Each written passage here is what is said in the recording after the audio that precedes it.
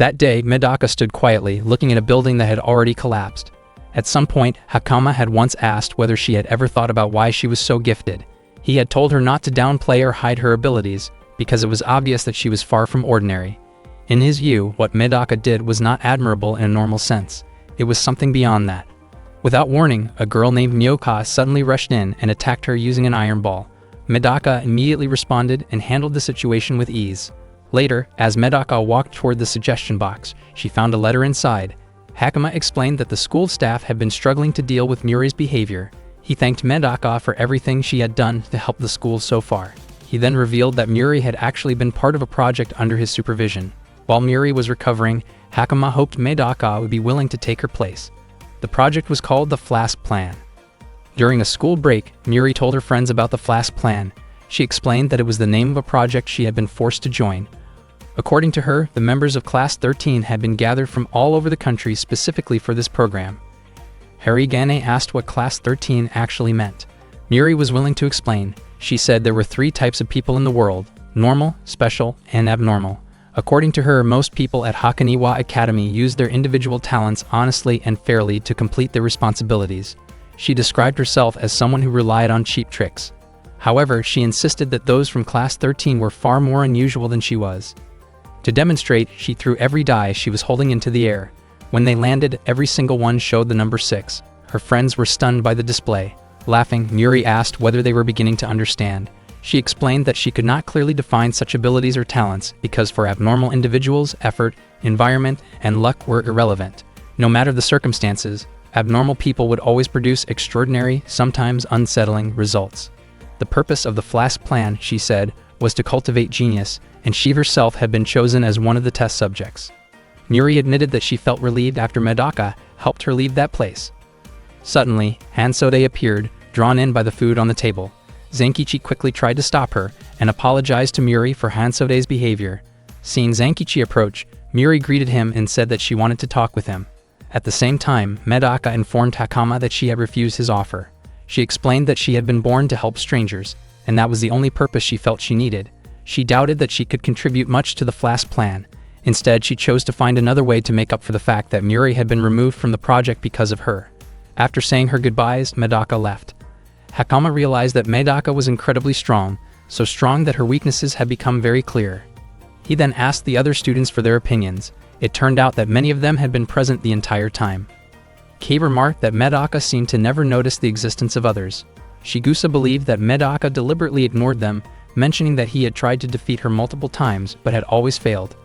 Itami suggested that Medaka might have only defeated Muri by coincidence, and he admitted that he admired someone like her.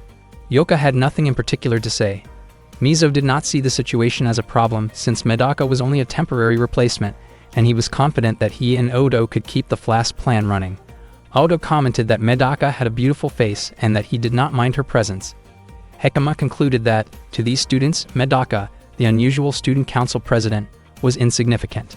He realized that the students of Class 13 were indeed difficult to handle.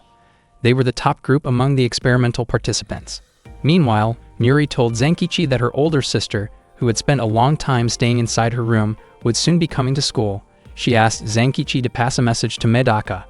The message said that her sister would target Medaka for openly rejecting the Flask Plan and for defeating Muri. Zankichi wondered whether Muri's older sister was someone incredibly powerful. Muri smiled and said that her sister was extremely strong and unmatched. She also fought using large iron balls. Muri admitted that facing her sister had always been overwhelming, and she felt that it might already be too late to warn Medaka. Meanwhile, Myoga had already taken Medaka down with the iron ball in her hand. Seeing Medaka lying there, unable to move, Myoka calmly muttered a strange sequence of numbers. The loud noise drew students from all directions toward the scene. Omunichi woke Nekami and addressed her as the former judo captain, informing her that her favorite student had gotten into trouble again and that she should come see it for herself. Nekami woke up and asked him not to call her judo captain anymore since she had already retired. Myoga kept repeating the string of numbers that no one else could understand. What she actually meant was that, in order to achieve her goal, she needed to join Class 13, because Medaka had defeated her younger brother Muri. She had expected far more from Medaka and felt disappointed by what she had seen so far. In Myoka's view, defeating Medaka alone would not be enough to secure her place in the Flask Plan. She wondered how many more students from Class 13 she would have to take down to prove her strength. Just as Miyoka was about to leave, Medaka suddenly called out to her. Medaka understood the meaning behind Miyoka's unusual speech pattern and asked who Miyoka really was. She was certain that Muri's older sister had attacked her for reasons beyond simple revenge. Miyoka was surprised that Medaka could interpret her words so quickly.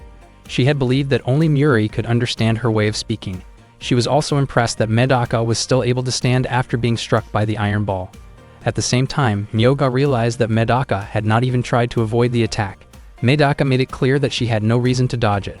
Miyoka stepped closer and swung the iron ball again, while the surrounding students prepared themselves to watch what they thought would be a serious fight. Miyoka repeatedly swung the iron ball toward Medaka. The students were confused about why Medaka did not attempt to move away, and some of them even wondered if she was acting recklessly. Miyoka launched the iron ball once more, but this time Nekami pulled Medaka aside just in time to prevent the impact. Nekami understood that Medaka would not avoid the attack because Miyoka did not seem to have a clear reason for targeting her. Nekami then asked what Medaka was trying to accomplish this time. The students grew excited at Nekami's arrival. They had been looking forward to her unpredictable behavior, often referring to her as a trickster. Nekami laughed, noticing how energized everyone became when she showed up. Medaka was surprised to realize how well-known Nekami actually was.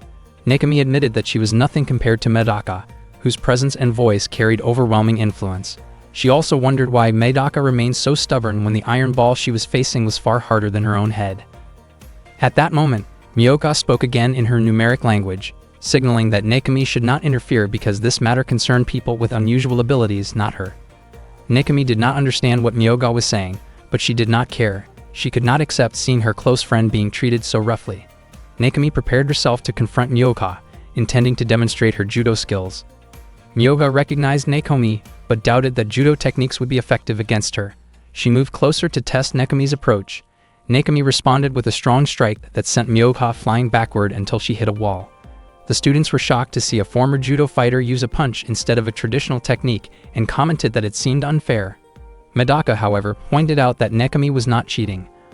Omomichi agreed, explaining that while striking might not be allowed in official matches, it could still be considered part of practical self-defense rooted in judo.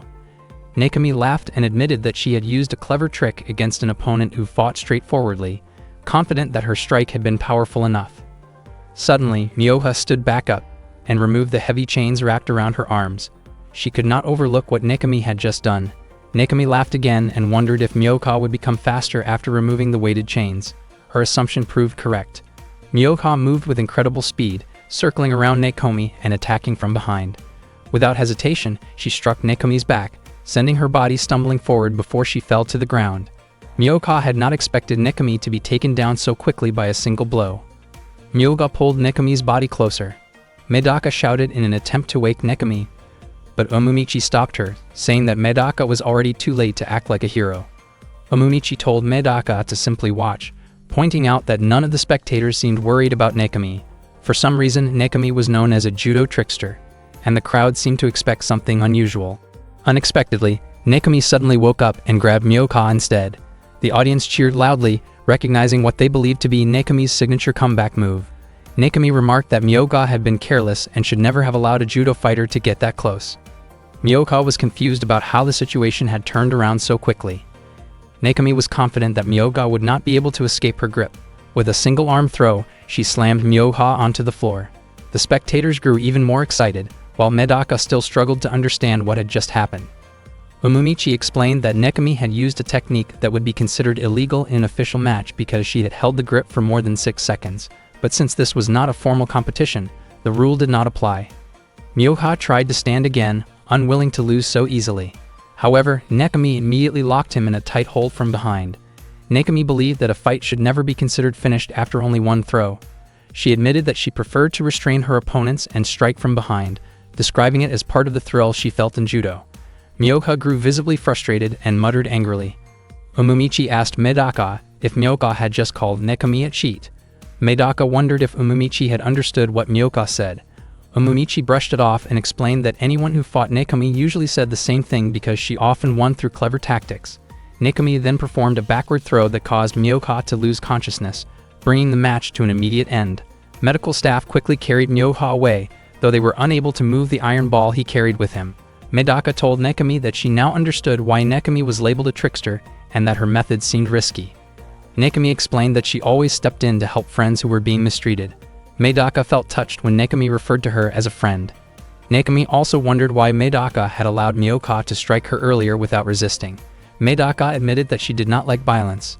Nekami agreed that violence was bad, even very bad, but she believed that refusing to resist at times could lead to even greater harm. In Nekami's view, failing to protect what should be protected was no different from allowing damage to happen. She explained that she never hesitated in a fight, because if she waited until she had already lost her friends or allies, all she could do afterward would be seek revenge. Medaka understood Nekami's point. She realized that she had been reacting too slowly, as if she had been playing rock, paper, scissors at a delayed pace. Medaka thanked Nekami for the advice and everything she had shared. She recognized that she had nearly made the same mistake without realizing it. After that, Medaka left the area. Nekami laughed quietly and wondered if she had just awakened a sleeping lion. Meanwhile, Medaka kept thinking about the Flask plan. She suspected that the student council had a responsibility to investigate it. Suddenly, 3 students blocked her path. They were Garaguru, Royal, and Kinri. There were more than 100 students from Class 13 who rarely bothered to attend school, and all of them were aiming for the still open seat in the Class 13 group. This meant that Medaka would likely have many upperclassmen targeting her, leaving her little peace of mind. Medaka acknowledged the situation and prepared herself to move forward.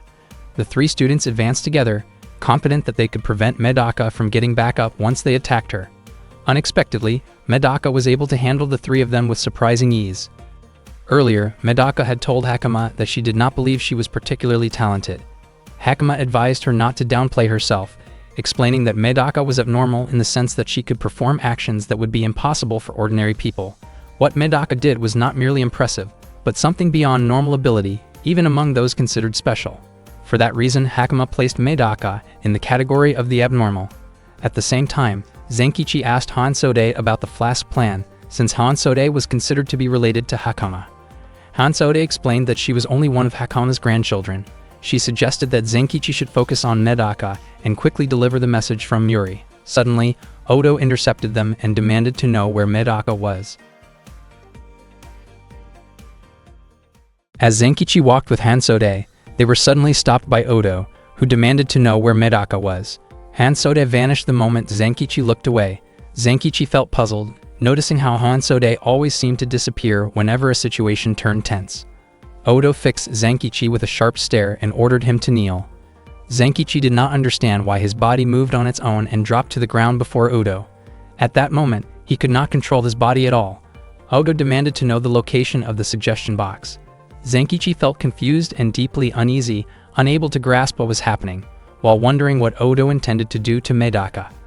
Suddenly, Mizo appeared and explained that resisting was useless. Odo's first special ability, known as weighted words, made it impossible for anyone to defy his commands. Mizo also described Odo as someone who believed that everyone in the world existed to serve him, and suggested that Zenkichi would be better off simply obeying. Odo had not expected Mizo to be following him and seemed impressed that Mizo had managed to conceal his presence so well. Odo praised Mizo, but also told him not to reveal too much about his abilities. Mizo smiled and said that, as Odo's ears, speaking up was part of his role. He informed Odo that someone nearby was mimicking his movements. It turned out that Medaka had already arrived. She explained that she had been searching for Zenkichi and did not expect to find him in such a serious situation. Medaka stated that she did not mind Zenkichi being friends with anyone other than Hansode, but she did not expect to see him kneeling before Odo. She felt that Zenkichi was not considering her feelings. Odo greeted Medaka, but admitted that he did not appreciate her rude behavior. Zenkichi felt frustrated that he could do nothing, yet he believed that Odo would not be able to command Medaka. Unexpectedly, Medaka also lowered herself before Odo. Odo believed this was Medaka's first encounter with someone he considered superior, and he assumed that her posture showed respect. He lifted Medaka's head and asked whether she had seen him before. Medaka admitted that she had once seen Odo in the principal's office and was certain that he was part of the Flask plan. Odo felt relieved that Medaka had noticed his presence back then. Zenkichi grew increasingly anxious, wondering what Odo intended to do next.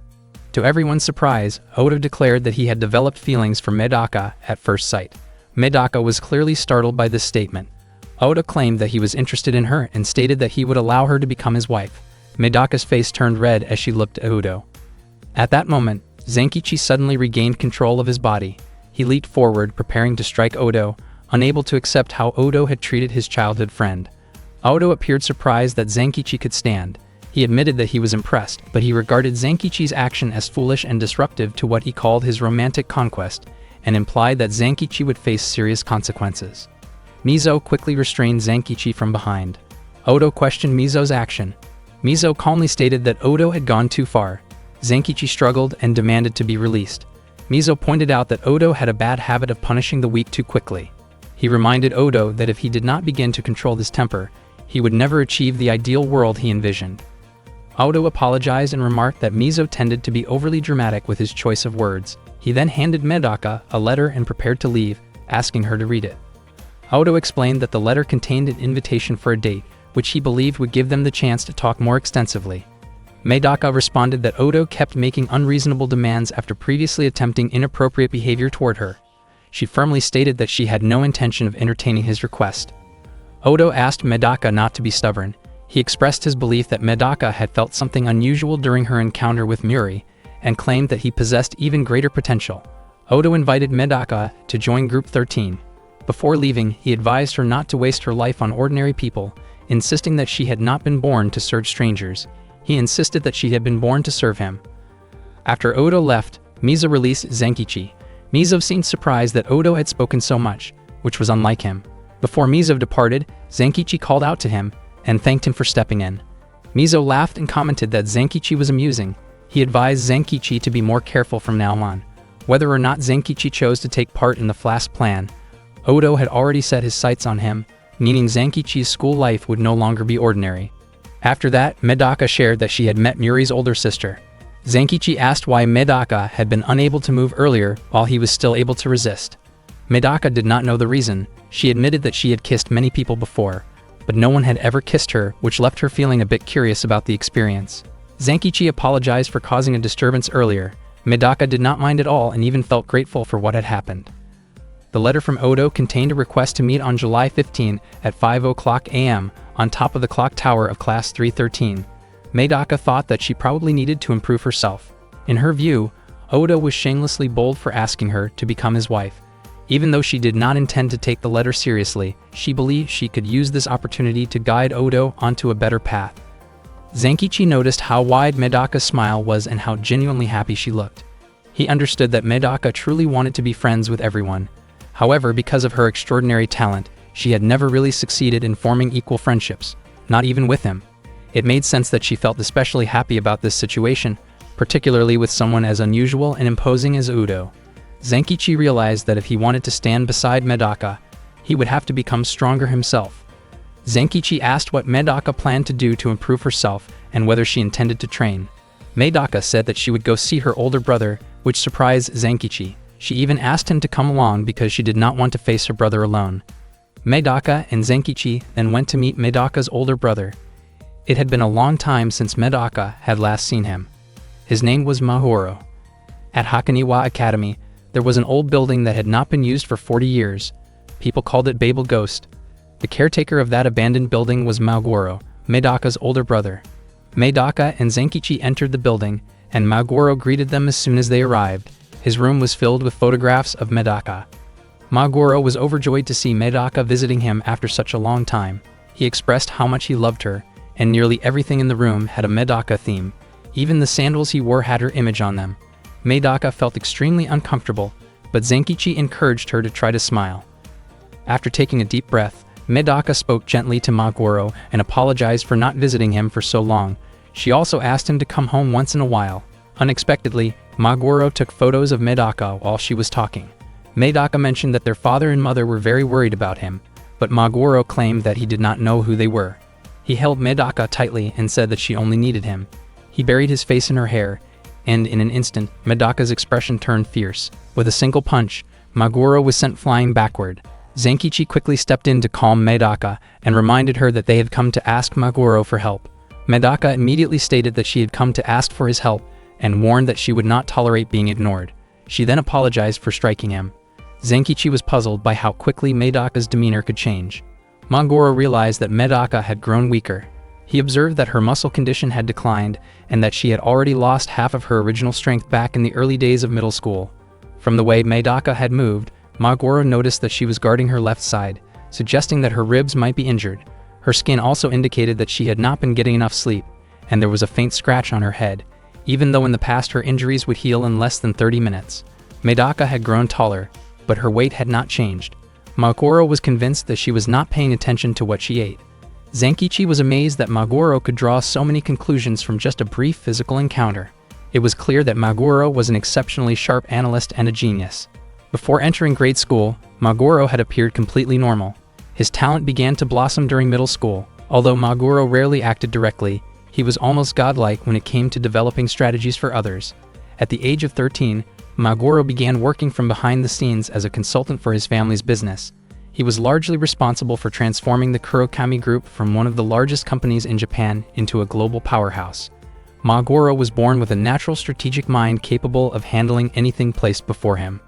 Not long after Maguro commented that Zenkichi had worked incredibly hard and was almost unrecognizable, Zenkichi was reminded of something Maguro had said in the past. Back then, Maguro had bluntly told him that he was too weak to stand beside Medaka, and had even advised him to keep his distance from her. Remembering how harsh Maguro used to be made it difficult for Zenkichi to fully accept the compliment now. Medaka expressed her desire to become stronger and asked Maguro to train her. Maguro felt that Medaka did not really need his help, but she disagreed. She admitted that she still could not properly protect herself or her friends. In her view, if she was not strong enough to protect everyone, then she felt powerless. Maguro had not expected to hear those words from her.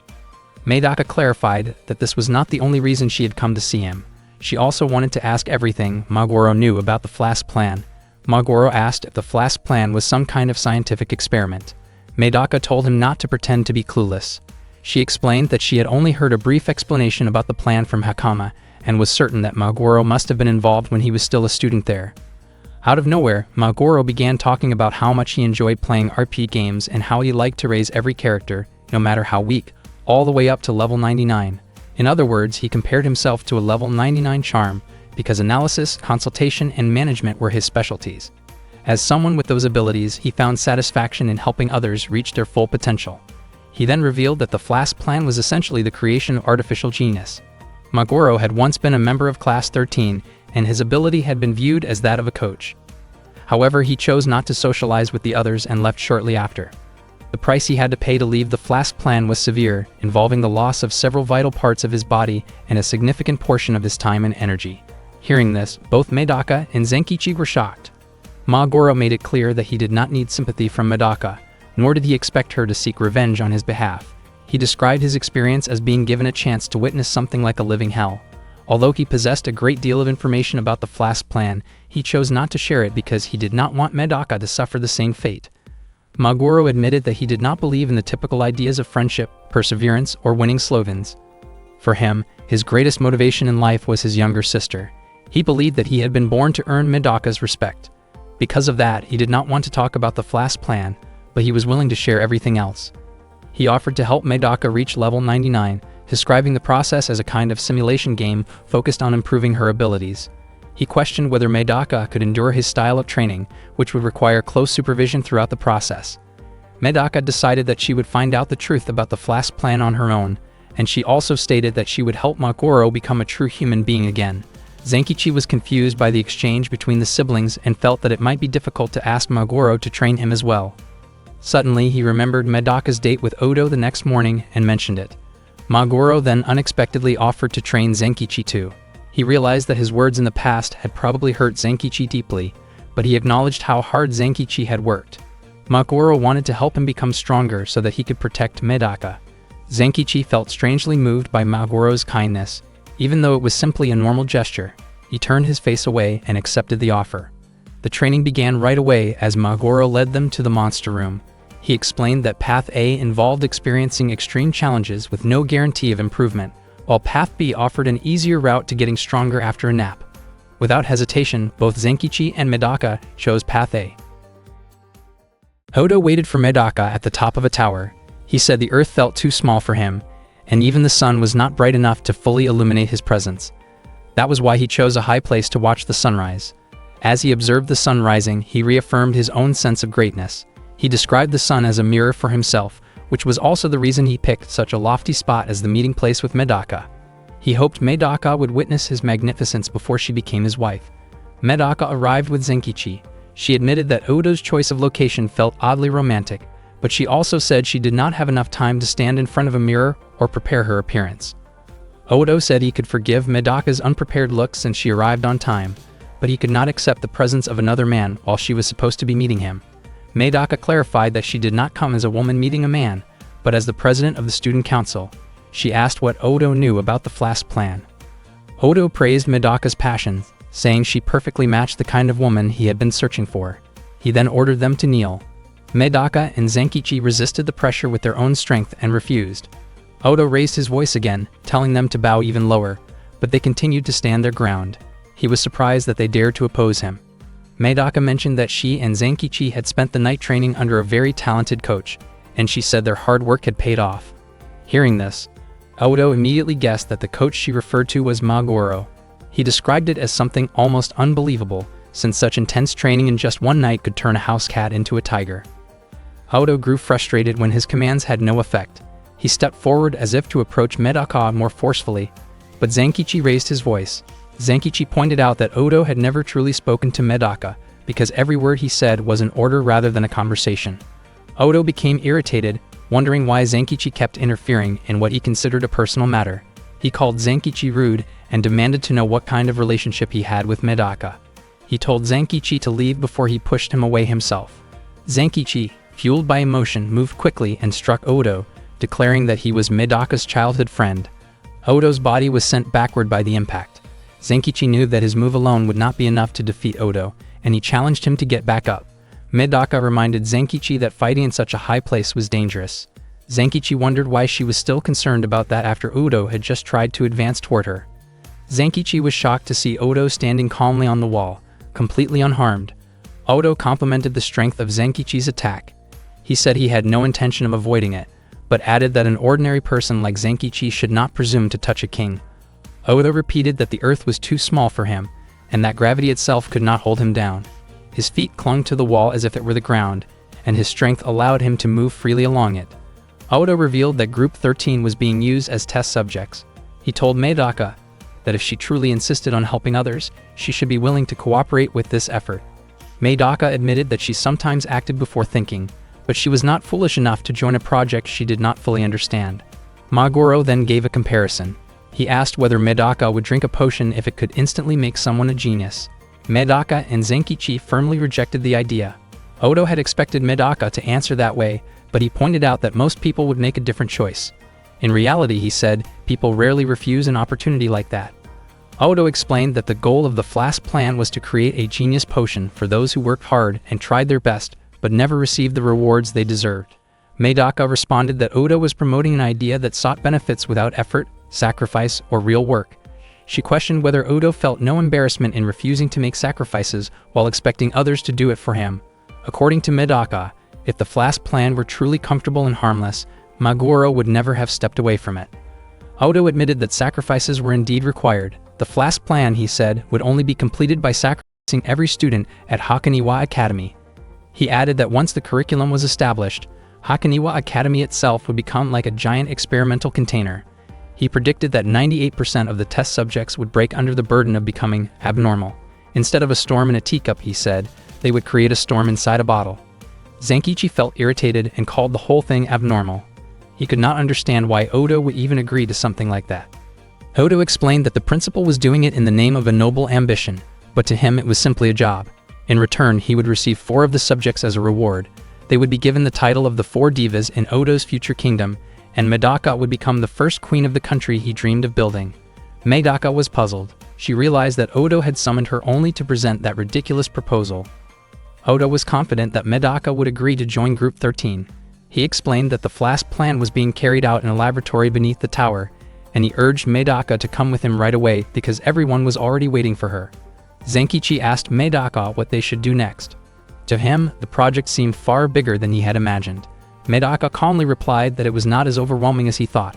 She believed this was exactly the moment she had to act, especially after being called to the principal's office. In her view, this was precisely when the student council needed to step in. She was certain she could stop the Flask plan that very day. The next day, Medaka and Zenkichi checked the suggestion box. Every letter inside was related to Class 13. The sudden arrival of the Class 13 members at school had confused everyone. Even the disciplinary committee seemed overwhelmed, something Harigane had previously complained about. Other letters mentioned how the members of Class 13 were causing trouble among themselves. Medaka felt that she might not be in a position to comment much.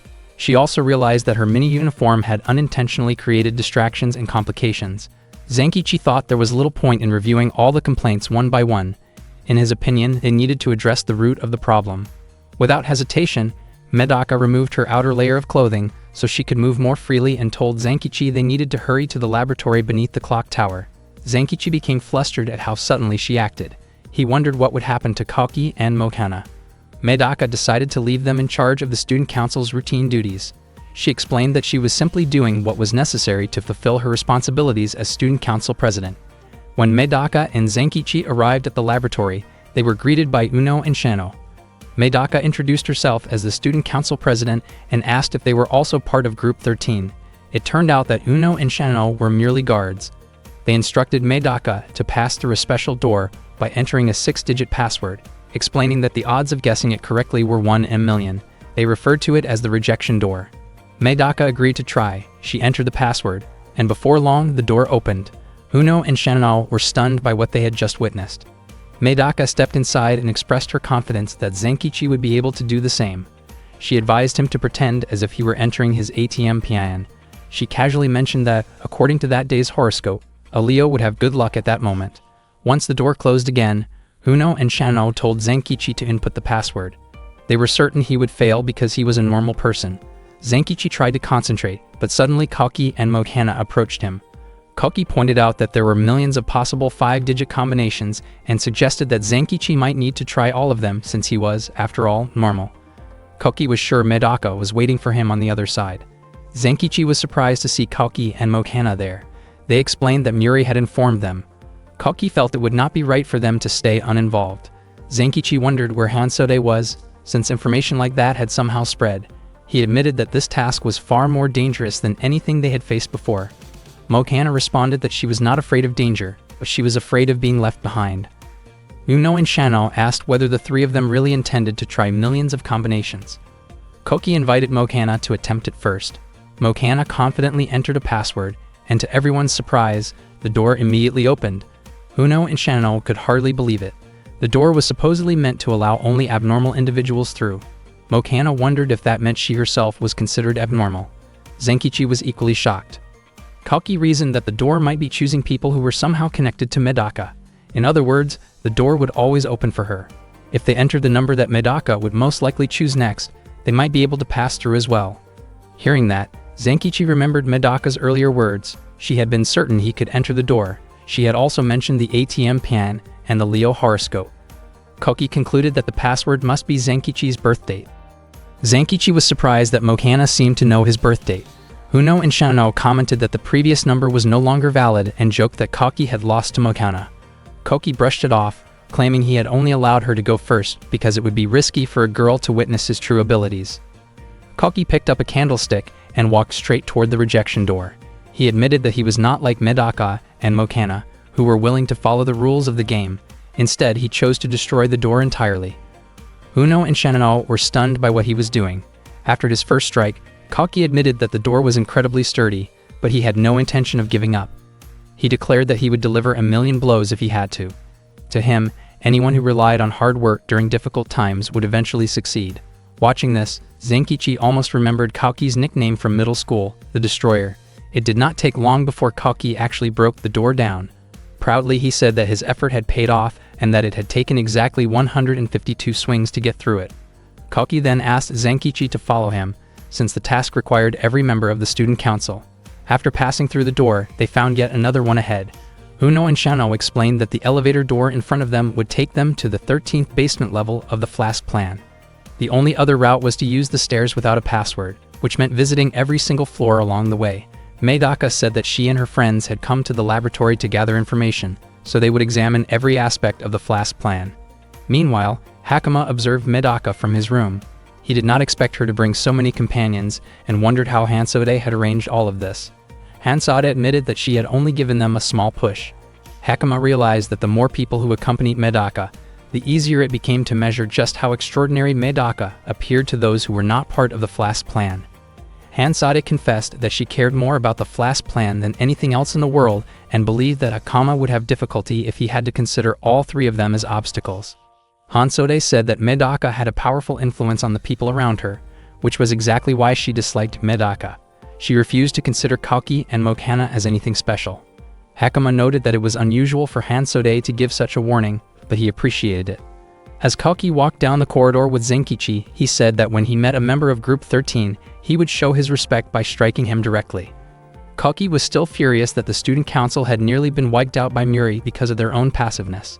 He refused to let something like that happen again. He did not care what would be said to him, or what might be thrown at him. He would not hesitate anymore. Zenkichi replied that he would not let Kalki claim that honor alone. Kalki then made a bet with Zenkichi about who would land the first strike. At the same time, Medaka felt as if they had been going in circles for a while. She suggested that Mokana use a trick they had once used when entering a maze at an amusement park. Kalki and Zenkichi were surprised to learn that the two of them had gone to an amusement park together without inviting them. Mokana took a deep breath and released a loud shout, while Medaka carefully listened to the sound waves that echoed through the space. Kalki and Zenkichi complained about the noise, saying it was loud enough to hurt their ears. Medaka explained that she used the sound to figure out the layout of the rooms inside the building. It worked much like sonar on a submarine. Zenkichi realized that this explained why Mokana could move so powerfully in the water. He became convinced that her lung capacity must be extraordinary.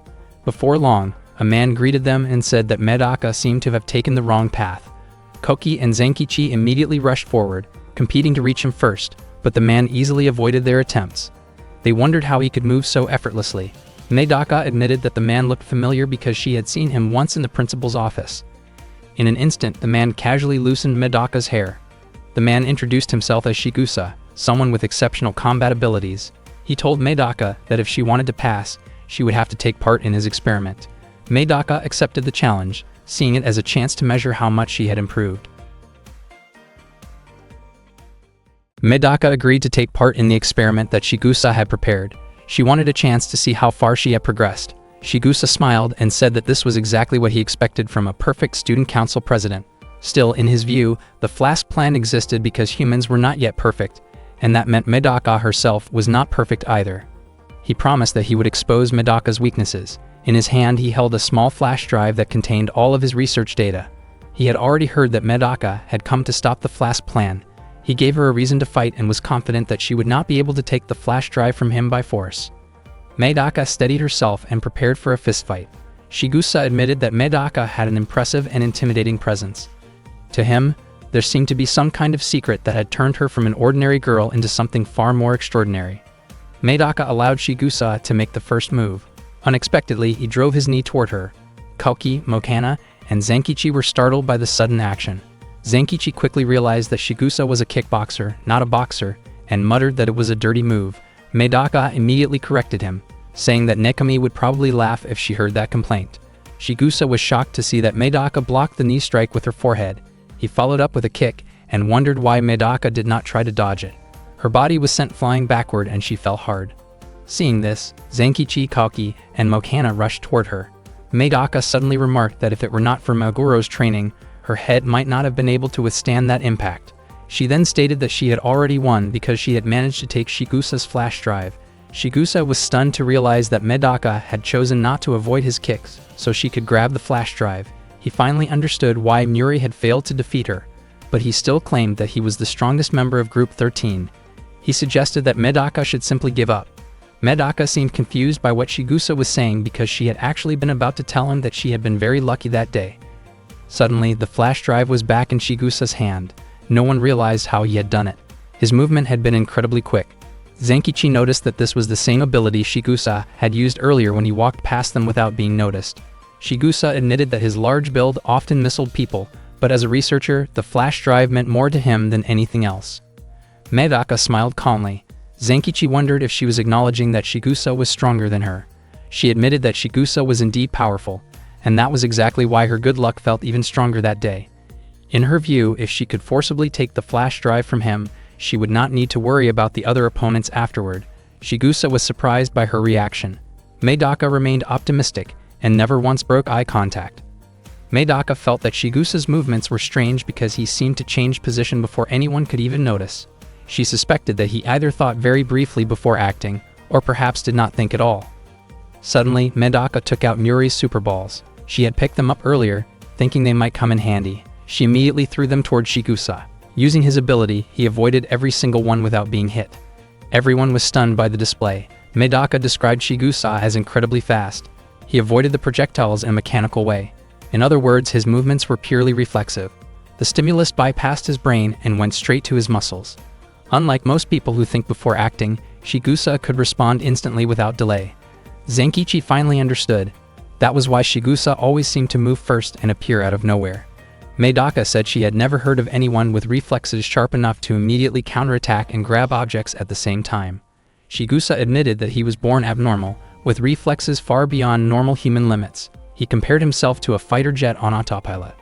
He also explained that while his body fought automatically, his brain was close to uncovering the secret behind Medaka's near perfection. Zenkichi suggested that Medaka use her cloning technique to overwhelm Chigusa's reflexes. Chigusa asked whether she was serious about using clones. Medaka immediately activated the technique, creating multiple images of herself as she advanced toward him. Zenkichi felt certain that this would finally overcome Chigusa's reflex ability.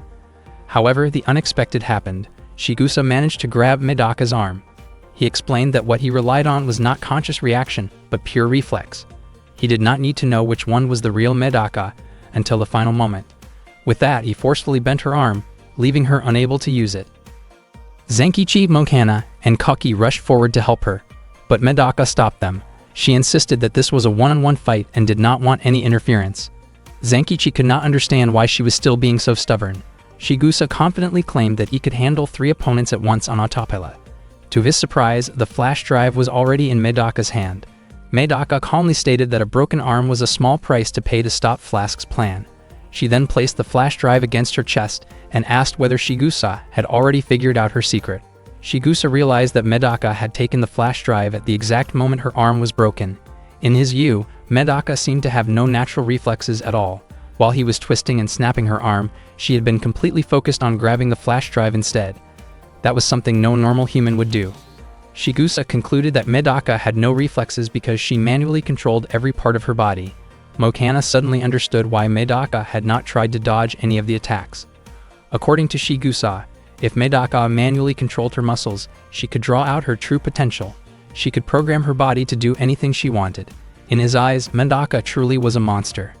Zenkichi realized that this information about Medaka having no reflexes had never been hidden.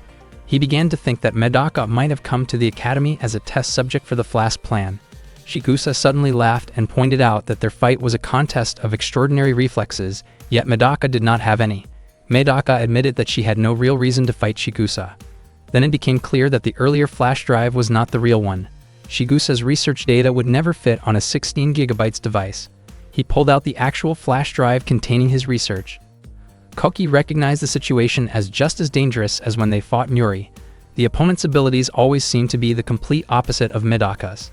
Zenkichi remembered that Muri despised humanity, Odo was consumed by ego, and Chigusa relied entirely on autopilot reflexes.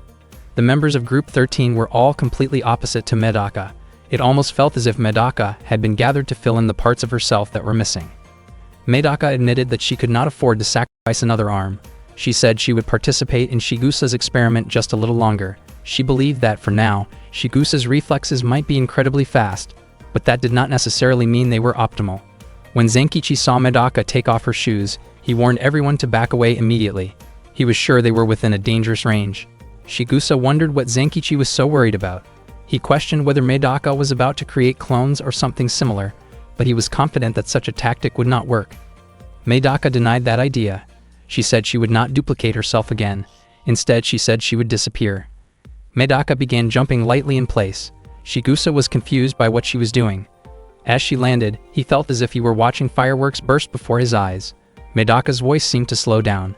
Zenkichi recognized the technique and called it Kurokami Phantom. In an instant, Medaka struck Chigusa with tremendous force, causing the entire room to shake. Chigusa neither heard nor saw anything. All he felt was Medaka vanishing, followed by his body being sent flying. There was no sound for his reflexes to react to. Shigusa began to wonder whether Medaka had moved faster than sound or even light. Medaka denied that possibility, since it would be impossible for a human. She explained that she had simply been jumping in a steady rhythm and waited for the exact moment Shigusa blinked before moving at full speed. The flash drive Medaka wanted was destroyed in the process, but she felt satisfied because she had defeated Shigusa. Shigusa swore that he would never blink again during a fight. He could not believe that Medaka had overcome his reflexes. Medaka then admitted that her muscles had torn from pushing her strength too far. Because she was still an ordinary human, her body collapsed to the floor, and Zenkichi quickly rushed to help her. He could not understand why she had used such a self-destructive technique. He realized that Medaka had ignored the pain and forced her body beyond its limits to suppress her lack of reflexes. She had clearly misused her own body and should never have crossed that line. At that moment, Shigusa finally understood. Medaka had manually overridden the autopilot functions that normally could not be ignored, all to maximize her speed. He thought that studying Medaka's body would be the only way to replace the data that had just been lost. Medaka stood back up and suggested that they should call the match a draw since both of them were already injured. She even said she no longer had a reason to keep fighting because the research data had been destroyed. Earlier, Medaka had thought that Shigusa might not even be able to stand again. She started to walk away, but Shigusa stopped her. Shigusa told Medaka that she still had a reason to fight, and that reason was Medaka herself. She admitted that Medaka was the kind of monster she had always wanted to talk to. Shigusa then wondered if Medaka did not feel the same way about her. Zenkichi suggested that Medaka should just ignore Shigusa's words, but Medaka refused his advice. With a cheerful expression, Medaka admitted that she really wanted to talk to Shigusa using her fists. Zenkichi could do nothing but support her decision. Medaka stepped closer to Shigusa and invited her to resume the fight. Shigusa threw a punch toward Medaka, and Medaka welcomed the attack with enthusiasm. The two of them began exchanging blows again. Koki, Mokana, and Zenkichi watched in shock. Koki wondered why Shigusa was not using her reflexes to dodge. Mokana guessed that perhaps Shigusa was no longer able to do so. Zenkichi thought that with injuries like that, Shigusa's body could no longer keep up with her reflexes, meaning the fight would soon end. Unexpectedly, Shigusa had actually been waiting for someone who could hit her like that. That was the reason she joined the Flask plan. She believed that anyone capable of landing a hit on her must have great potential. Unfortunately, none of the members of Group 13 had ever been able to even touch her. The abnormal testing tube had given her no real opportunities, but at last, she had found a true monster who could strike her. That discovery made her incredibly happy. Medaka was surprised to realize how much Shigusa was enjoying the fight. At the same time, Medaka herself also felt that this battle was a form of communication between them. Medaka admitted that she was running out of energy and wanted to bring the fight to an end.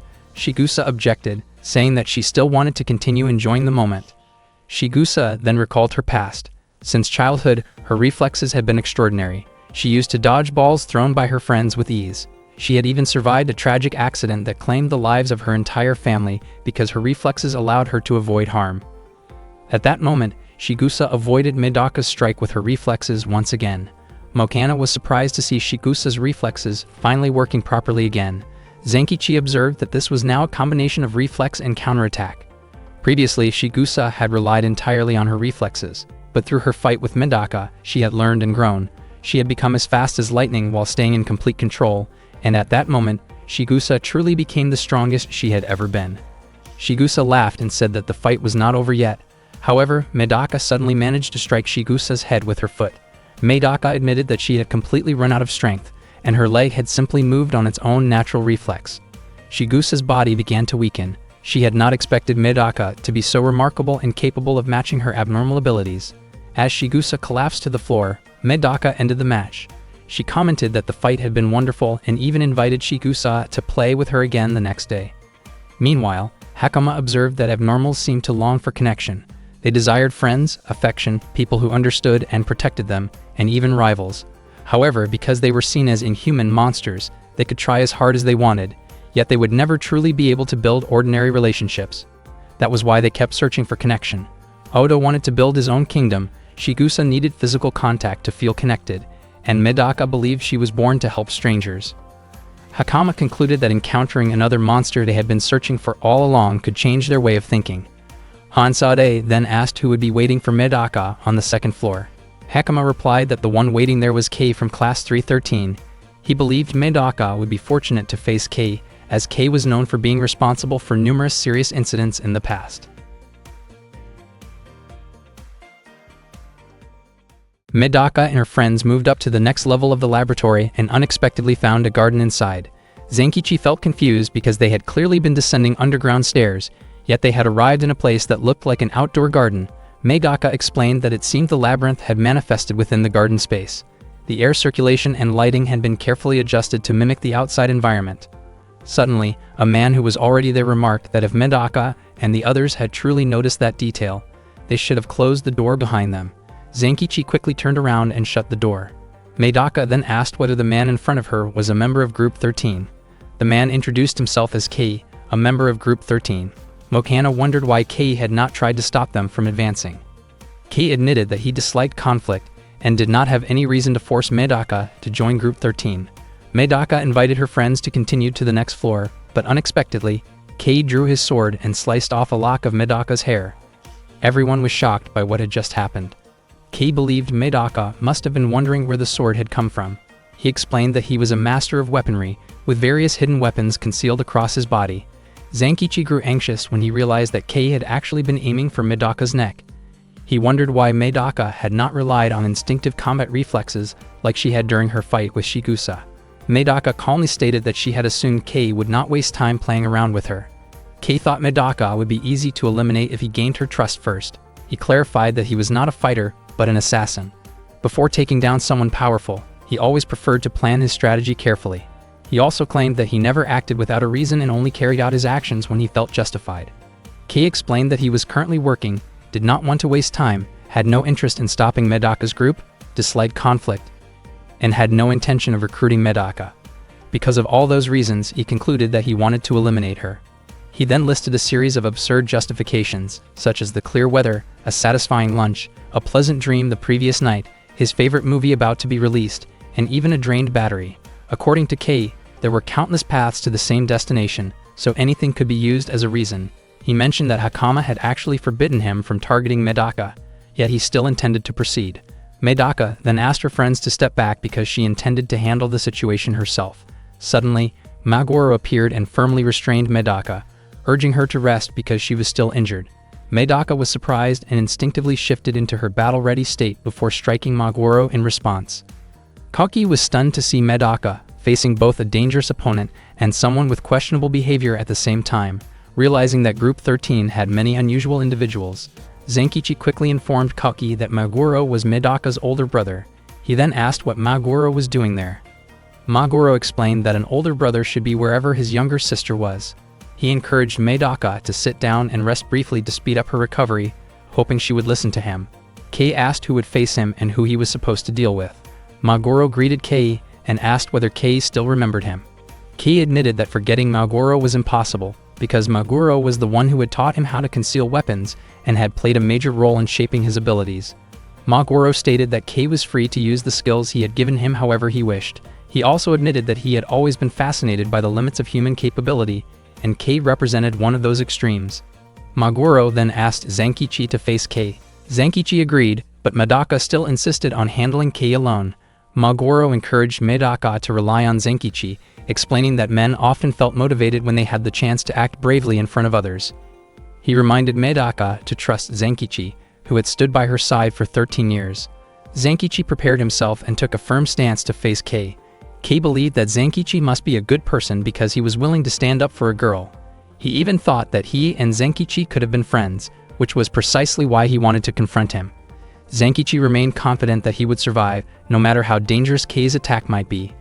Zenkichi found himself remembering the past again, even though there was someone he would rather forget. That person was Misogi. He avoided thinking about him because Misogi always brought a sense of heavy negativity.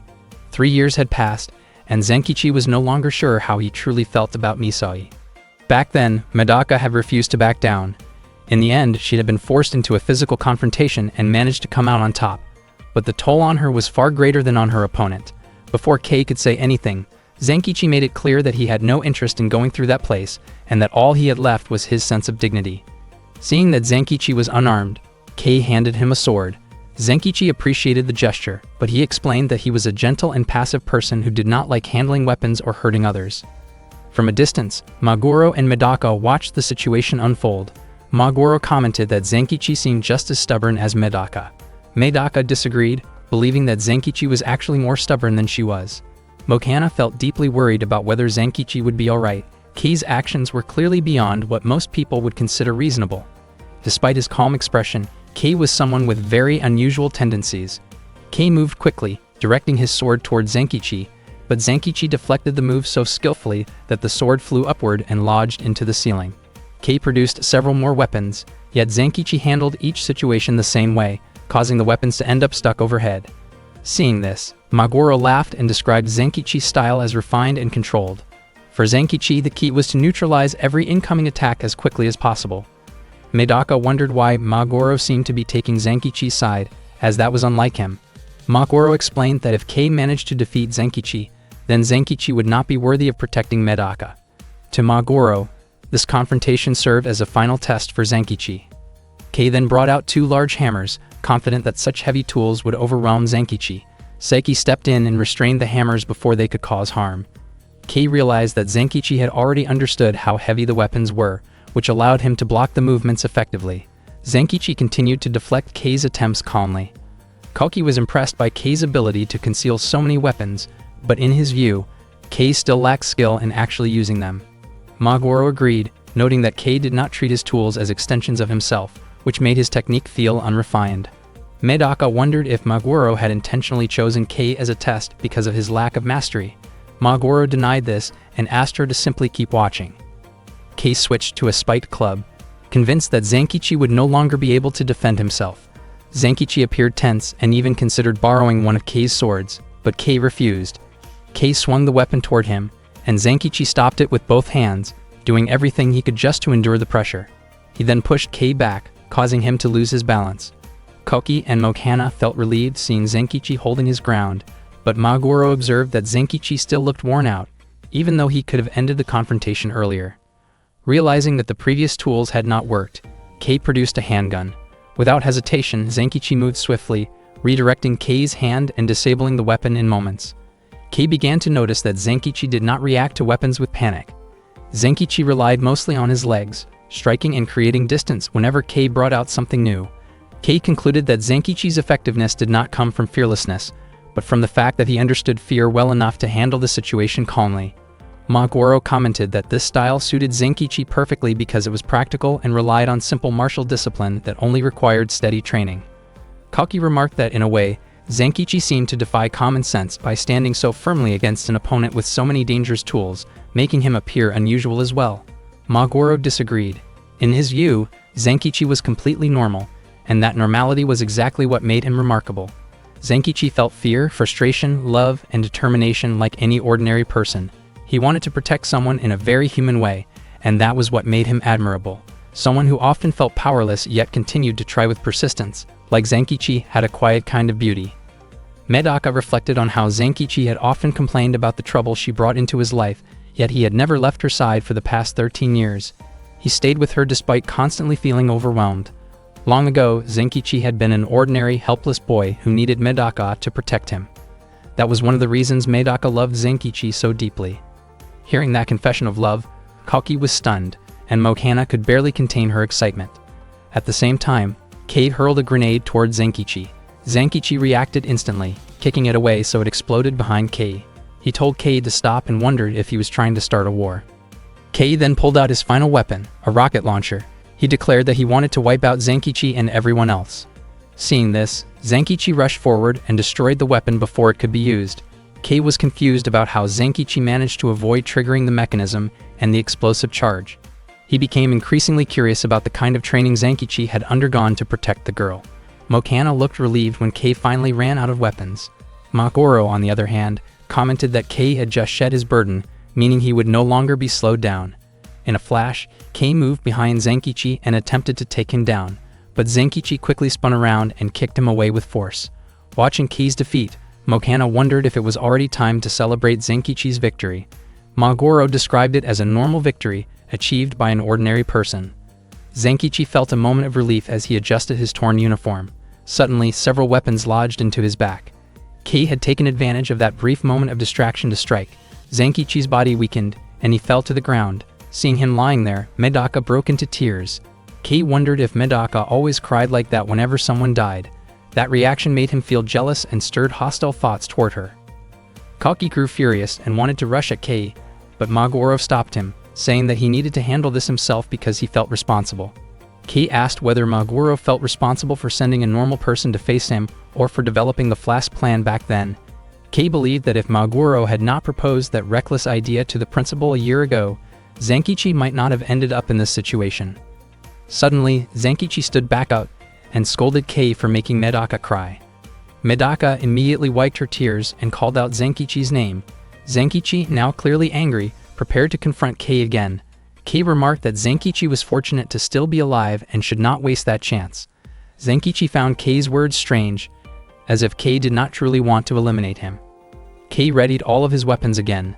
Zankichi asked Medaka to give him words of encouragement. As soon as she did, Zankichi stomped his foot hard against the ground. Kei was confident that Zankichi still could not defeat him.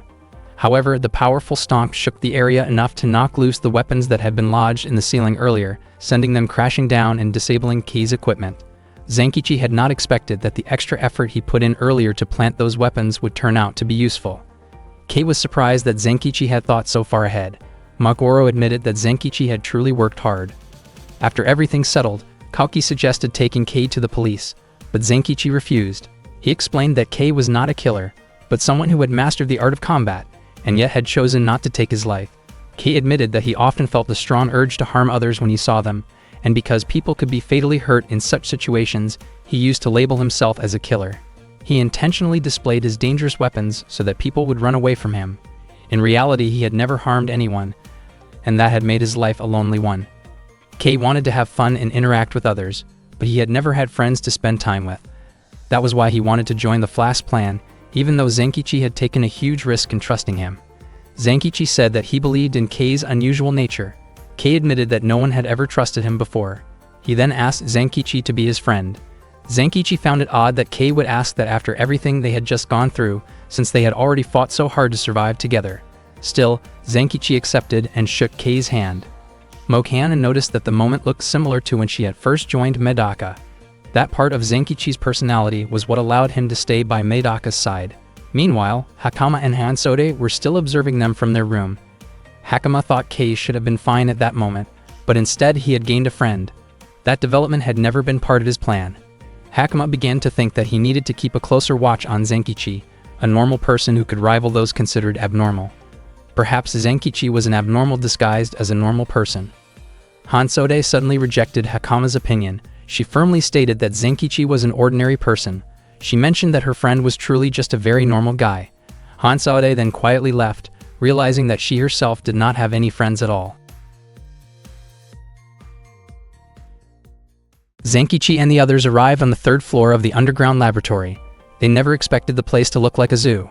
Medaka was instantly excited and invited Zankichi to walk around and look at the animals. She could hardly wait to see them, since she loved animals so much.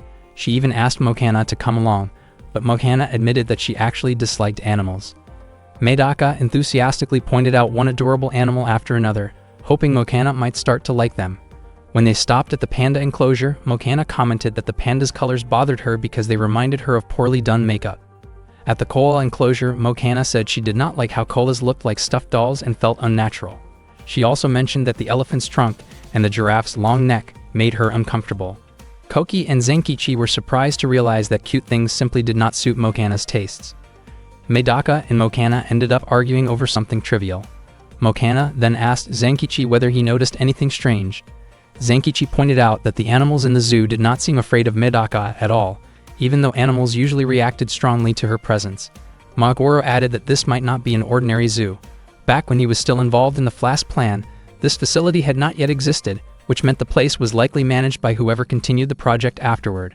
Meanwhile, Kalki was walking around the area and was startled when he suddenly came face to face with a girl whose face was wrapped in bandages. Her name was Yoka. She invited Kalki to talk with her. Kalki already knew Yoka from before. She had once been in the same class as him, but had later been transferred to Class 13. Hearing about Class 13 immediately made Kalki think of Yoka. Seeing the experimental zoo only confirmed his suspicions about her. Yoka asked Kalki to come to an agreement. She requested that Kalki and his friends leave the lab because they were interfering with ongoing research. She also advised them not to spend their lives clashing with others. Koki remarked that Yoka still seemed the same as she had been the previous year. He firmly stated that he and the student council members would continue to face challenges head-on. At that moment, a girl named Itami appeared behind Koki.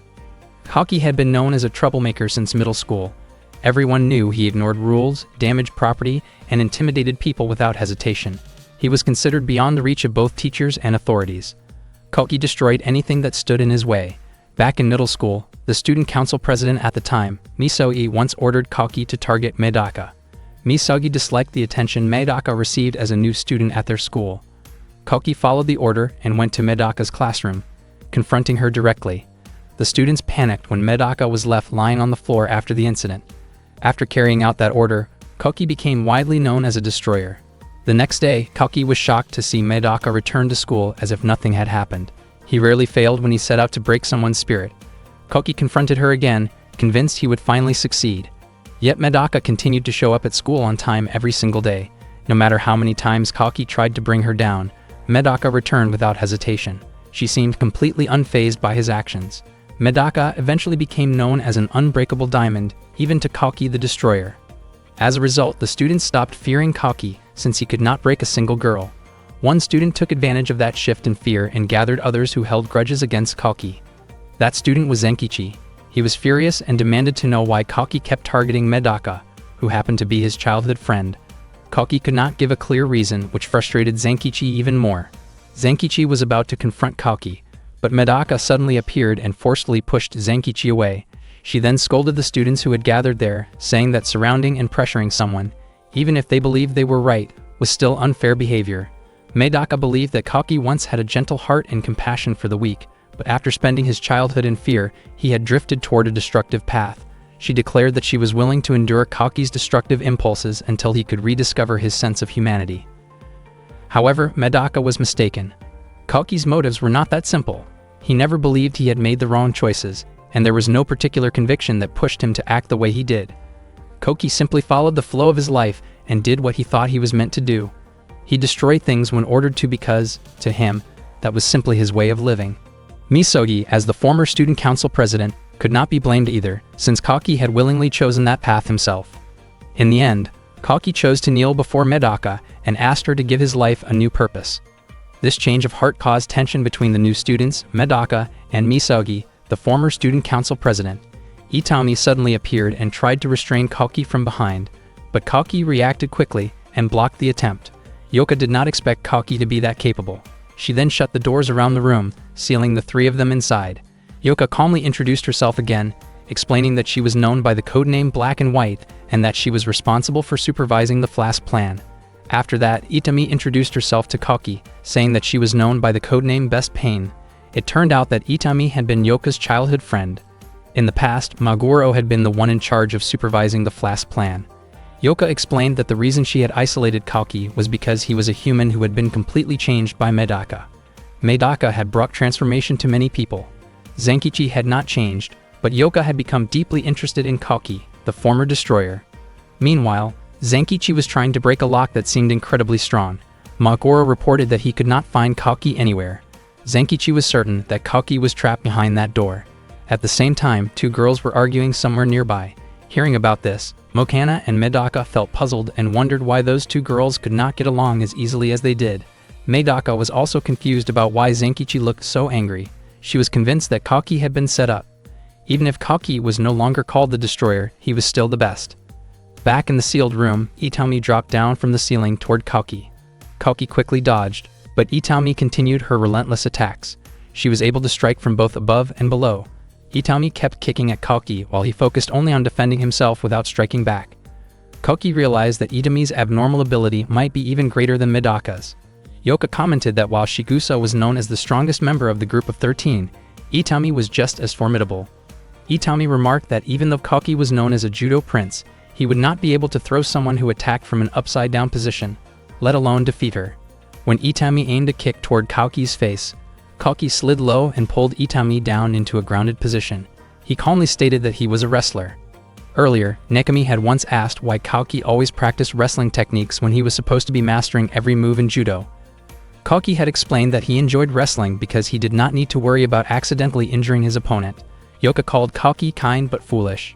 In her view, wrestling was useless if he refused to choke his opponent, and it was harmless only because Kalki expected his opponent to give up on their own.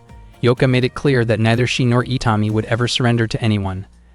At that moment, Itami grabbed Kalki with tremendous strength. Yoka then revealed that Itami, with her abnormal abilities, had been modified into something like a mechanical human. Itami's strength was extraordinary, enough to lift Kalki's body off the ground. Koki wondered how she could possibly be that strong. Yoka explained that, as the supervisor of the Flask plan, her role had been to modify the human body from the muscles and bone structure to the nerves, breathing, and even digestion. Yoka had left her mark on Itami's body through those modifications. Filled with energy, Itami leaped back up to the ceiling and prepared herself to continue the fight. Koki calmly readied himself as well. Itami began with a powerful descending kick from the ceiling aimed directly at Kalki. The impact shattered the floor beneath them, causing both of them to fall to the level below.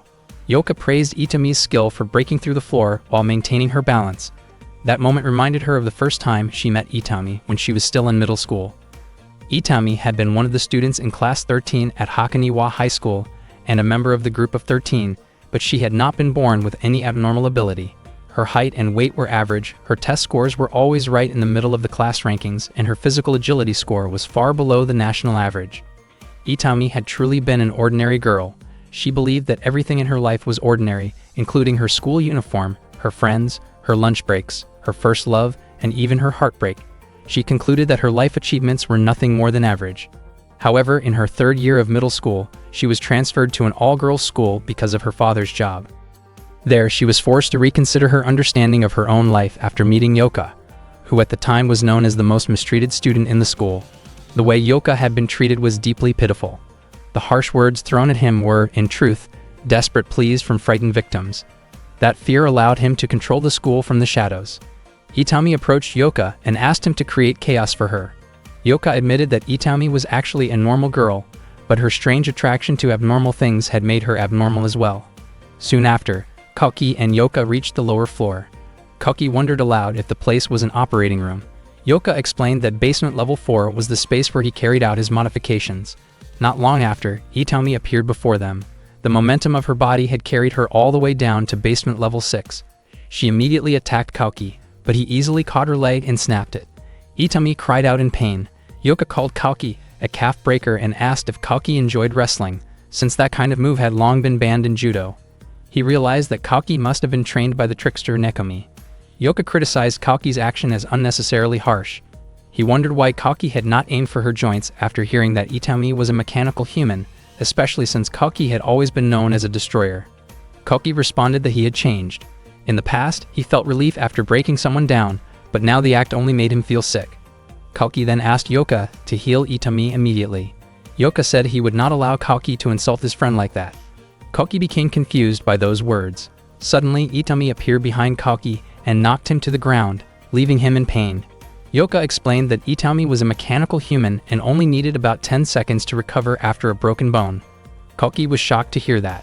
Even Medaka possessed extraordinary recovery abilities, yet Itami's case was entirely different. Kalki realized that neither his destructive techniques nor ordinary attacks would be effective against her. Itami asked Yoka if she should continue her assault. Yoka told her it was unnecessary. He concluded that Kalki, a product of Medaka, was no match for Itami, a product of his own work. He described the situation as a disappointing end to the research. Suddenly, Maguro appeared and disrupted the moment in a mischievous way, asking Yoka not to rush to conclusions. In his view, experiments done in haste would only end up as failures. Kalki was surprised to see Maguro there. Seeing Yoka treated that way, Itami immediately kicked Maguro away. Maguro realized that Itami must have been upset by his rude behavior. Kalki asked whether Maguro had come to rescue him. Maguro laughed and said that Kalki's friends trusted him so much that they had left him behind and continued down to basement level 4. At the time, Maguro had split off to explore the floor and happened to run into them there. Kalki felt that although his friends trusted him, it still sounded cruel to be left on his own like that. Yoka doubted that Maguro's arrival was purely by chance. He believed Maguro must have grown curious after seeing the strange creatures on basement level 3 and wanted to learn about Yoka, who had replaced him. That curiosity likely brought Maguro there alone. Maguro tied his hair back and claimed that Yoka had misunderstood him. He jokingly described himself as someone drawn to trouble wherever it appeared. Yoka replied dryly that trouble seemed to appear everywhere anyway. Maguro openly admitted that he was a shameless pervert who would show up anywhere girls happened to be. Koki told him that Yoka and Itami were not ordinary girls. Maguro only smiled and said he was not an ordinary pervert either. He did not care whether the girls were normal or not, because he claimed he would take 4 things from every girl he met: their attention, their undergarments, and their hearts. He introduced himself as the self-proclaimed pervert who served as the caretaker of the school's old building. Itami quietly asked Yoka what they should do, because Maguro was honestly disgusting. Yoka replied that she felt oddly honored to meet him, but she had not expected him to speak of Medaka in such a strange way. Maguro did not deny it, but he clarified that his words were being misunderstood.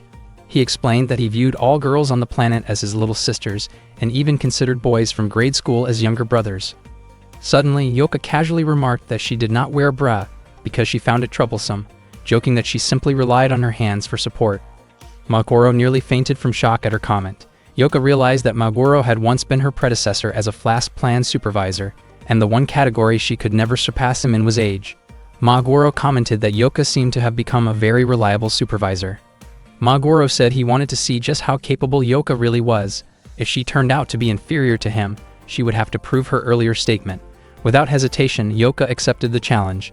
If Maguro proved superior, she would have to demonstrate that she truly meant what she said. Maguro suggested starting the contest, but unexpectedly asked Koki to take part instead. Koki wondered why Maguro himself was not participating. Maguro calmly explained that physical activity was not his specialty. Without warning, Itami rushed at Koki. She was determined to defeat him in this match. She quickly locked her legs around Koki's head, choosing a grappling technique to overpower him. Koki was surprised to realize that Itami understood advanced holds, something he had never expected from her energetic personality. Yoka commented that once Itami wrapped her legs around Koki's neck, he would lose consciousness in seconds. Maguro watched in amazement at Yoka's confidence. At one point, Maguro awkwardly began removing his trousers out of embarrassment, believing he had misunderstood the rules. Itami scolded him, pointing out that he had gotten the rules completely wrong. Her distraction caused her to loosen her hold on Koki. Koki took advantage of the moment, noting that Maguro had successfully drawn attention in an inappropriate way. He swiftly shifted into a counterhold, applying pressure to Itami's arm and torso. Yoka was impressed by Koki's skill. Itami cried out in pain as Koki maintained the hold. Yoka hoped that the sound she heard was not a joint being forced too far. Koki mentioned that natural healing could not fix certain types of injuries instantly, and although he did not like hurting her, he had little choice. Yoka was surprised to see that Koki seemed worried about an opponent he had just overpowered, and she quietly remarked that he was kind. Maguro pointed out that Yoka should probably show more concern for Itami instead, since Itami was her friend. Yoka simply laughed. To everyone's surprise, Itami stood up again moments later as if nothing had happened. Koki could hardly believe how quickly she had recovered. Yoka explained that she never worried about Itami because she knew just how incredibly tough her friend was. Maguro speculated that Yoka must have pushed Itami's body far beyond normal limits before, almost as if treating her like a durable practice dummy. Unexpectedly, Yoka removed her skirt to provoke Maguro further. Koki was startled, and even Itami questioned why Yoka had started with her skirt. Yoka calmly stated that age was the only category in which Maguro surpassed her. Seeing this, Koki realized that Yoka was far more competitive than she appeared. She acted indifferent, but her rivalry with Maguro clearly went deeper than just the matter of being his successor. Maguro joked that Yoka's words had awakened the masochistic side he thought he had left behind. He teased her for provoking someone who had already retired. Maguro then told Koki that since he seemed capable of choosing between causing damage and holding back, he would leave that choice entirely in Koki's hands. At that moment, Yoka immediately ordered Itami to attack Koki again. Itami rushed forward and shoved him. Koki was confident he would not lose, but he was surprised by how strong and resilient Itami's limbs were and how quickly she recovered each time. Koki found Maguro's earlier advice confusing. He was also distracted by Itami's loud reactions whenever he forced her into another hold. He realized that, as someone with unusual physical traits, Itami should have been able to ignore pain signals if she wanted to. Pain existed as a warning system for living organisms, but for someone with such rapid recovery, it only seemed like an unnecessary distraction. Koki began to wonder if there was a reason Itami was still allowing herself to feel it. Koki then applied a 4-direction horizontal hold on Itami, a combined technique of grappling and locking known as a clamp. Itami doubted that Koki could break free using that method. Koki explained that the goal was never to overpower Itami, but to wear her down. When Itami cried out loudly, Koki became even more certain that his analysis was correct. The modifications made to Itami's body consumed energy at a much faster rate, which was why her pain receptors were left active, or possibly even heightened, to signal when her energy was running low. According to Kalki, Itami's true weakness was exhaustion. He compared her not to a Kamen Rider, but to an Ultraman, someone who could only function at peak strength for a very limited time. That was why Kalki chose to defeat her with a clamp, rather than with complex grappling and locking techniques that might allow her to endure longer. The extraordinary strength in Itami's arms and legs became useless against the four-direction horizontal hold, which was specifically designed to counter that kind of power. At that moment, Yoka realized that Itami was highly inefficient, capable of using her full strength for only about 3 minutes. That limitation was the reason Shigusa considered her weak. Yoka could not understand how Kalki managed to deduce that simply from observing Itami's broken arm. Maguro remarked that hiding a weakness from someone perceptive was always a mistake.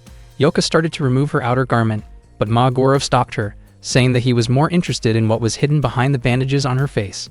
Itami asked Yoka not to do it, and not to worry about her, because she only cared about her friend's safety. Slowly, Yoka began unwrapping the bandages from her face. She admitted that she felt happy hearing Itami speak to her at a time when everyone else avoided her. Maguro commented that it seemed as if the real match had only just begun. Everyone was stunned when they saw Yoka's face. Even Itami had never seen it before. Koki was surprised as well, remembering that Yoka had never once shown her face during 11th grade. Yoka disliked showing her face because people would stare at her, and she felt that the attention was overwhelming and embarrassing. From what she had seen before, Itami had already guessed the truth. Yoka's face was undeniably beautiful, and Itami wondered why she would hide it. Koki was surprised by how eager Maguro seemed to be for Yoka to remove the bandages. For a moment, Yoka reminded Koki of someone else. Maguro then looked at Yoka and calmly told her to put her skirt back on, reminding her that she should dress comfortably. Yoka was confused, since Maguro had been the one encouraging her to remove it earlier. She remarked that if Maguro wanted her to put it back on, then he should also fix his own clothing. Koki was surprised that Maguro actually listened to Yoka's words, as he had expected Maguro to continue provoking her. Koki became convinced that there was something unusual about Yoka's face. Yoka wondered why Maguro had stepped back. She suspected that he might be the type of person who felt dissatisfied after winning a game, someone who cared more about the process than the outcome. She then asked Koki to release Itami. Yoka admitted her defeat and offered to hand over the data for the flask plan. Koki immediately let Itami go, and Itami quickly apologized to Yoka. Yoka did not hold it against her. Yoka then asked Koki and Maguro to find their friends and move to the next floor. Maguro suspected that Yoka was about to run away and hinted that he knew her real name. Yoka was visibly startled by that remark. Meanwhile, on the 4th floor, Medaka, Mokana, and Zenkichi were looking around the room. Medaka wondered where Maguro was at that moment. When Mokana asked about Yoka, Maguro's expression suddenly turned pale. Medaka knew that Yoka had once been in 11th grade before suddenly transferring to 13th grade. Mokana suspected that unusual people like Yoka might be involved in the flask plan. Medaka admitted that she did not know much about Yoka, but she felt that her older brother's ideas often seemed unreasonable. Mokana believed that it could not be easy for Medaka to have an overprotective older brother like Maguro. Momomichi and Satsu were like older brothers to Mokana, but they were not as extreme as Maguro. Medaka acknowledged that Maguro could indeed be troublesome, as he poured all his affection into his 2 younger sisters. The Kurakami family was known as one of the most powerful families in Japan, and its children were well known. Medaka had shown signs of brilliance from a young age. Maguro was widely recognized for his intense devotion to his younger sister. However, not many people knew about the second child of the Kurakami family, Kujira, who at that time went by the name Yoka. It was not because she lacked remarkable traits like Maguro and Medaka. In fact, she diverged from them in a very different way, as shown by her experiments in studying the human body.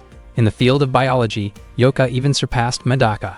Zenkichi himself did not know much about Yoka because she chose to avoid contact with other people. She never attended school and rarely left the house. She spent most of her time sitting at her desk. Yoka's most unusual trait was her level of self-control. She deliberately distanced herself from anything enjoyable and from anything that could bring happiness into her life. For Yoka, having fun meant taking it easy, feeling happy meant doing nothing, and laughing also meant doing nothing. She kept her food intake to the bare minimum and drank only plain water. She did not play games because all her time was spent studying, and she slept only 3 hours a day. Yoka's lifestyle went far beyond simple frugality and turned into a form of self-denial. Her favorite saying was that the greatest things only come from hell, and she followed that belief like a personal creed. To her, being born with wealth, talent, and privilege had no value at all, because she felt that her own good fortune had only brought harm to herself. Yuka believed that nothing meaningful could come from happiness. She thought that in order to live properly, she had to make her life more painful and experience something like hell. In her view, her luck and talent would only end up eating away at her soul. Medaka respected Yuka for her endurance, while Maguro loved both of his younger sisters equally. However, Yuka felt that their love was unnecessary. On her 11th birthday, Yuka left home for the first time and never returned. She left behind a message saying that she would rather be gone than live a happy life. It had been 6 years since Maguro last saw his younger sister. He explained that Medaka chose to respect Yuka's wishes, but he himself searched everywhere for her. During that time, Maguro came to understand his own abnormality and eventually joined the Kurokami group. He shared that he came to Hakoniwa Academy and took part in the Flask Plan project because he hoped it would help him find Yuka. To him, the laboratory was the best source of information about people with abnormal abilities.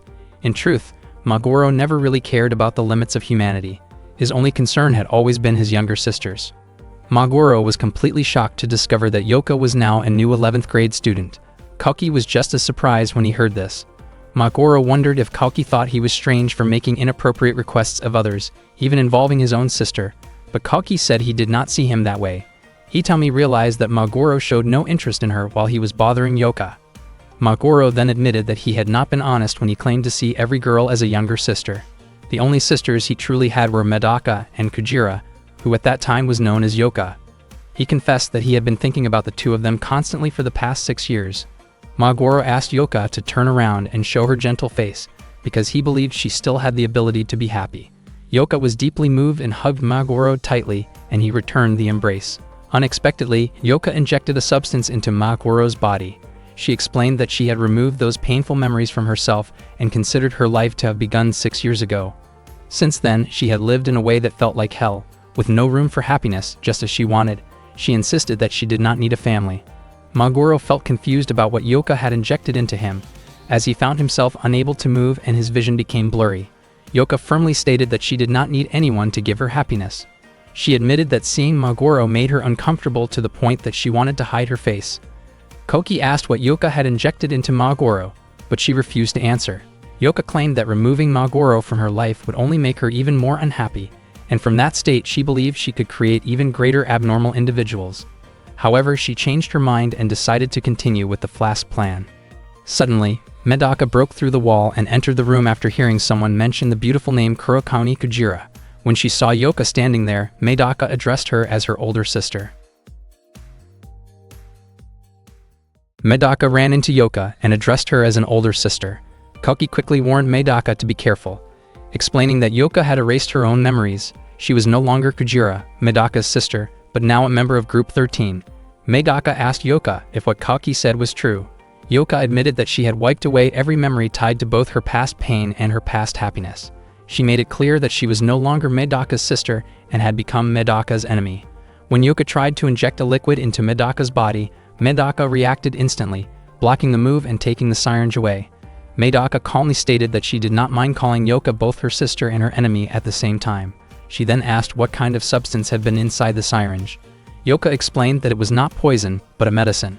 It was a normalization agent developed by people who considered abnormal abilities to be a disease.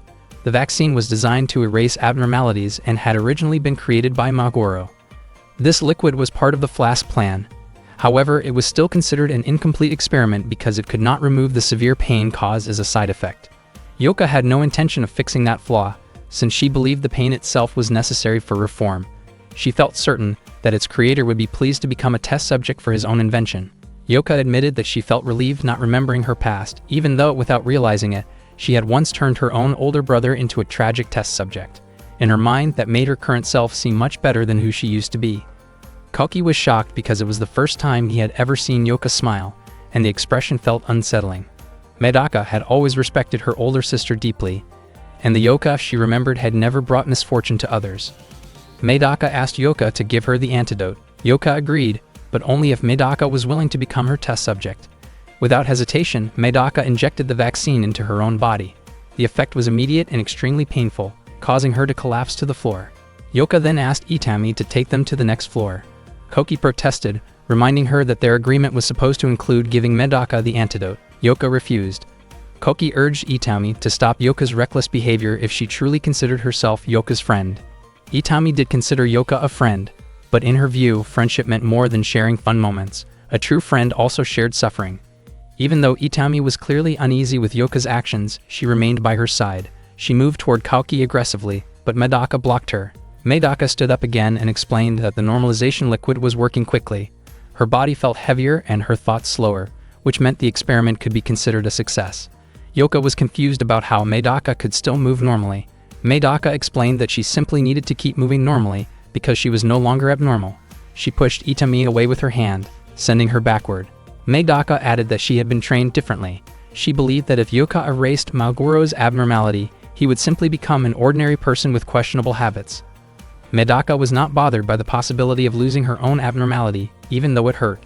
Yoka admitted that she and Itami had lost to Medaka and finally handed over the antidote. Koki urged Medaka not to accept it. Yoka tossed it toward Medaka, and Medaka stated that she trusted her. Koki warned Medaka not to trust Yoka so easily. Medaka understood the warning, but she insisted that no matter how many times Yoka had deceived her, she could never doubt the words of someone she loved. Not long after, Medaka collapsed again. Koki questioned why she would go that far and wondered if Yoka had heard what Medaka had said. Yoka commented that Medaka was foolish for continuing to trust her after being tricked. Magoro then asked what kind of medicine Yoka had actually given Medaka.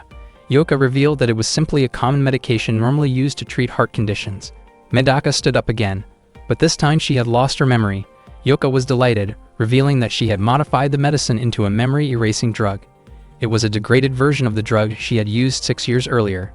With it, she had successfully taken away Medaka's abnormality, her memories, and her emotions. Koki shook Medaka's body, trying to bring her back to her senses. Medaka still recognized Koki, but she called him Tashima. Itami prepared herself for a fight.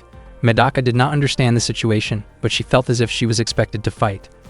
Koki realized that memory and personality might be separate things. Even if Medaka had lost her memories, she could still be the same person inside.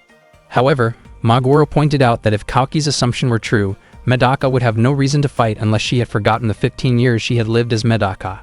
No one expected Itami to come out on top in that intense clash and defeat Medaka. Seeing Medaka completely powerless, Yoka told Itami to finish things. Koki could not help thinking that everything might change if Yoka were willing to restore Medaka's abnormality and her memories. Hearing that, Yoka only laughed. In his view, Medaka's memories might help, but her abnormality had most likely already returned on its own. Yoka explained that the drug he had developed was still far from perfect. Even with her abnormality, Medaka had still lost to Itami, who kept moving forward with an empty state of mind. Most people, he said, were dazzled by abnormal abilities, when they should have paid more attention to the personality that supported those abilities. Magoro pleaded with Yoka to let Medaka go, but Yoka refused. His experiment was still ongoing, and he wanted to run one more test. He believed they would discover something new by placing a different personality inside Medaka's body. Magoro objected strongly, saying that this went far beyond simply erasing someone's memory. Yoka responded that he had the perfect subject for this idea, Odo, the leader who lived on floor B13. Without wasting another second, Itami pulled Yoka away and carried Medaka toward the next floor. Magoro could do nothing but watch. Koki urged him to find Zenkichi and Mokana, so they could head to floor B13 together. Magoro felt weighed down by guilt because, once again, he had failed to protect his younger sisters. When they reached floor B13, Yoka prepared to inject Medaka with another dose to make sure her memories would not return. Itami warned him to be careful, reminding him how close things had come to going wrong earlier. Yoka remained confident that Odo would support his experiment, especially since Odo had once expressed a desire to make Medaka his wife. Itami looked increasingly nervous, convinced that the student council would arrive at any moment. He also wondered why Yoka had started covering his face with bandages again. Not long after, several others arrived and offered their help to Yoka.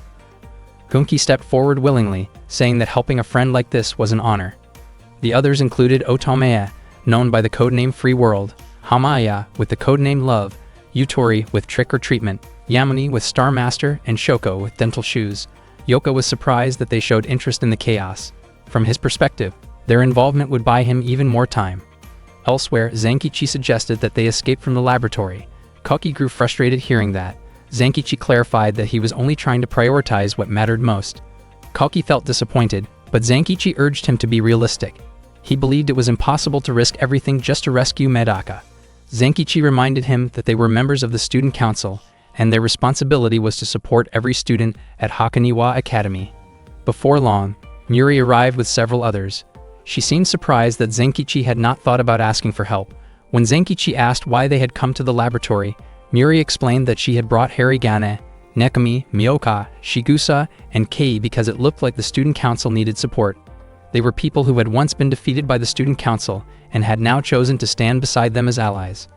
Zenkichi could hardly believe what he was seeing. Muri confidently said that she and her friends were not the type to give up. Harigane mentioned hearing about the student council's difficulties. Nekami explained that Hansode had told them what was happening. Harigane added that news of the student council's defeat had spread through social media. Muri then stated that, as a member of the disciplinary committee, it was her duty to clean up this mess and protect the peace of the school. Zenkichi and Kauki found this ironic, considering that Medaka had become involved in the Flask plan because of the chaos that Muri had helped create in the first place. Shigusa had already made plans to hang out with Medaka the next day, so if Medaka was in trouble, he felt obligated to help save her. Kei promised to contribute however he could. Mokana could not understand how they had switched sides so quickly. Miyoka continued speaking in strings of numbers, but everyone assumed he meant well. At one point, Muri told Miyoka to stop making awkward comments. Zenkichi quietly noted that the most unpredictable people there might end up being the ones to fight, especially since nearly everyone present was already injured. Muri laughed and said that if Zenkichi was trying to avoid getting hurt, then he should step aside. She declared that she was more than willing to take his place in destroying the Flask plan and rescuing Medaka. Zenkichi never meant it that way. He was only worried that Muri would end up hurting herself even more. Muri felt confused, thinking Zenkichi should not have to worry about them at all. Zenkichi believed that if Medaka ever found out that someone had been hurt because of her, she would cry. He began to cry as well and said that he never wanted to see Medaka cry again. Suddenly, Nekami informed them that there was an elevator on the first floor that went straight down to B13, so they would not have to waste much time getting there. Meanwhile, on B13, Medaka, completely powerless, stood in front of Udo. Udo finally understood that it was Medaka's personality that made her abnormal. Yoka had told Mizo that Medaka became truly weak when her heart was empty. The real question then was what would happen if a different kind of heart were placed inside her. Udo planned to give Medaka a cruel heart as an engagement gift for his future wife. Mizo immediately left to carry out his task. Udo reminded him to make sure Yoka would not see his face. Mizo explained that the bandages on Yoka's face were meant to hide, while the mask on his own face was meant to deceive. Back at the elevator, Zenkichi and the others were waiting, only to realize that their enemies were already inside it. Hunki had anticipated this. He was certain that someone who relied on trickery would choose the elevator that went directly to B13. Gunki questioned Kei and Shigusa about why they had betrayed them. It turned out that the two of them had never really considered themselves part of the Group 13 alliance. Muri asked Zenkichi to go to B13 using the stairs. Zenkichi refused because he did not want to leave the others behind. Muri insisted that this was no longer about the Flask plan. At that moment, their goal was simply to survive. She admitted, even though she hated to say it, that they truly needed Medaka to get through this. Zenkichi had to go and bring Medaka back. Zenkichi, Kauki, Mokana, and Magoro immediately ran toward the stairwell. Hunki then told Muri and the others that he and his team were far stronger and more frightening than they could imagine. He even suggested that they abandon all logic and reason. Muri calmly replied that none of them had ever been known for being reasonable in the first place. Without wasting time, Yutori swung her long hair forward, wrapping it around Muri and the others. Shigusa tried to strike her, but Yutori blocked the attack using her hair. Shigusa realized she needed to distract Yutori, even if only for a moment. Kei then used his sword to cut through Yutori's hair, instantly freeing everyone from the restraint. He said that he would do anything to help his friends. Kei quickly began firing his gun at their opponents, but to his surprise, all the bullets were stopped by Soko. Miyoka arrived, swinging an iron ball, but Yamami intercepted it and heated it up. Soon after, Harigane rushed in to attack, but her strike passed right through Otome's body. Nekami laughed as she watched the chaotic fight unfold. Muri wondered why Nekami was not joining the battle. Nekami admitted that she wanted to, but two enemies were still standing behind her, which meant she could not move. Muri pointed out that Gunki and Hamaya were on a completely different level. Nekami replied that they should be able to break this stalemate because she believed Zenkichi had more than enough time to rescue Medaka. Muri then sensed that someone was blocking the path to the lower floor. At that moment, Zenkichi and the others had reached B12. The area looked like some kind of game arena. They searched for the stairs leading down to B13 when Mizo suddenly appeared and called out to Zenkichi. Mizo introduced himself as the Class 13 Rabbit Labyrinth. Zenkichi felt confused. Just the day before, Mizo had helped him, but now he was trying to stop him. Mizo explained that Medaka's mind would be fully reprogrammed in 15 minutes. He said he would allow them to pass only after that time had elapsed. Mokana, frustrated, asked whether Mizo really enjoyed tormenting a girl and whether the flask plan was truly that important to him. Mizo admitted that he did not care about the flask plan at all. The only thing he cared about was Odo. To him, Odo was the most remarkable person in the world. When Medaka appeared, she became nothing more than a comparison to measure Odo's greatness. Mizo declared that he would not allow Zenkichi and the others to interfere with his plan. Not long after, Zenkichi and the others fell asleep after inhaling a sleeping gas. Only Mokana remained conscious. As a skilled swimmer, she was able to hold her breath for a long time. Previously, Medaka asked Mokana to become the student council treasurer. After accepting the offer, she left the swim team and joined the student council. Still, she could not understand why someone as seemingly perfect as Medaka would need her help. Mokana was surprised to discover that Medaka lacked a lot of basic general knowledge that most people picked up from books. She even wondered how Medaka had managed to live her life without knowing such common things. Medaka quickly understood anything once Mokana explained it, yet Mokana often felt like she had failed to explain everything clearly. Medaka had never even heard of an amusement park before.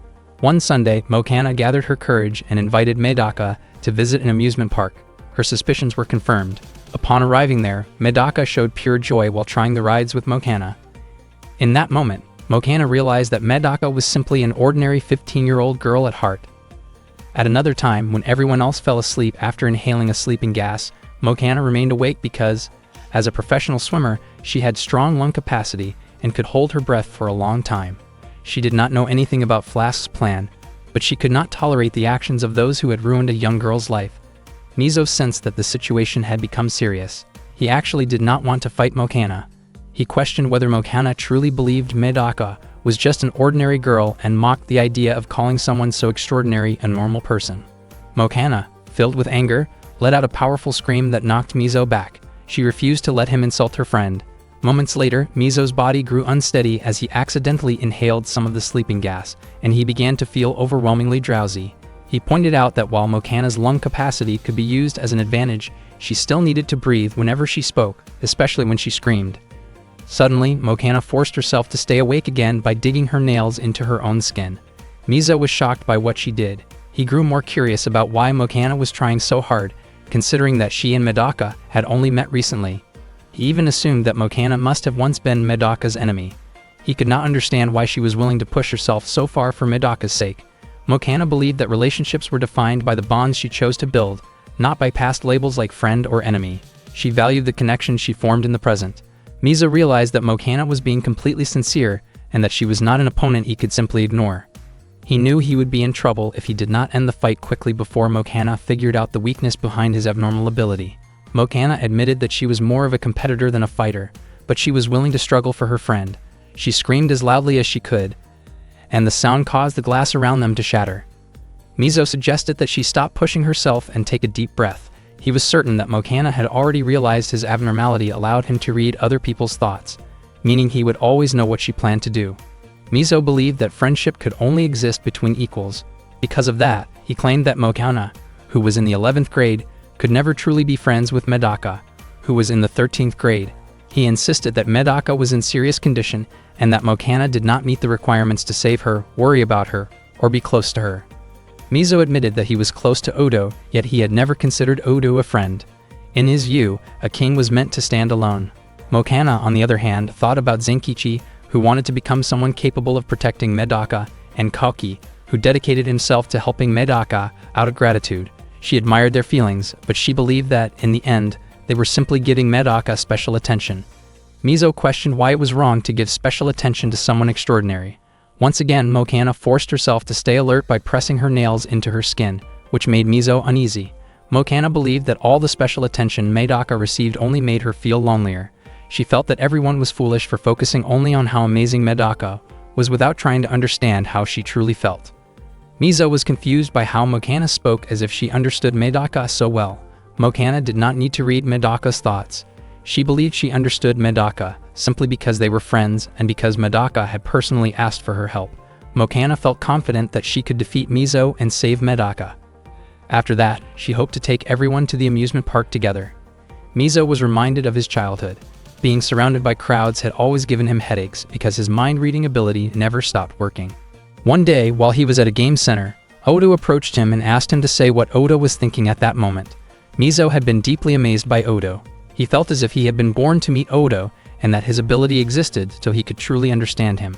Mokana urged Mizo to give up right away because she already had a plan to defeat him.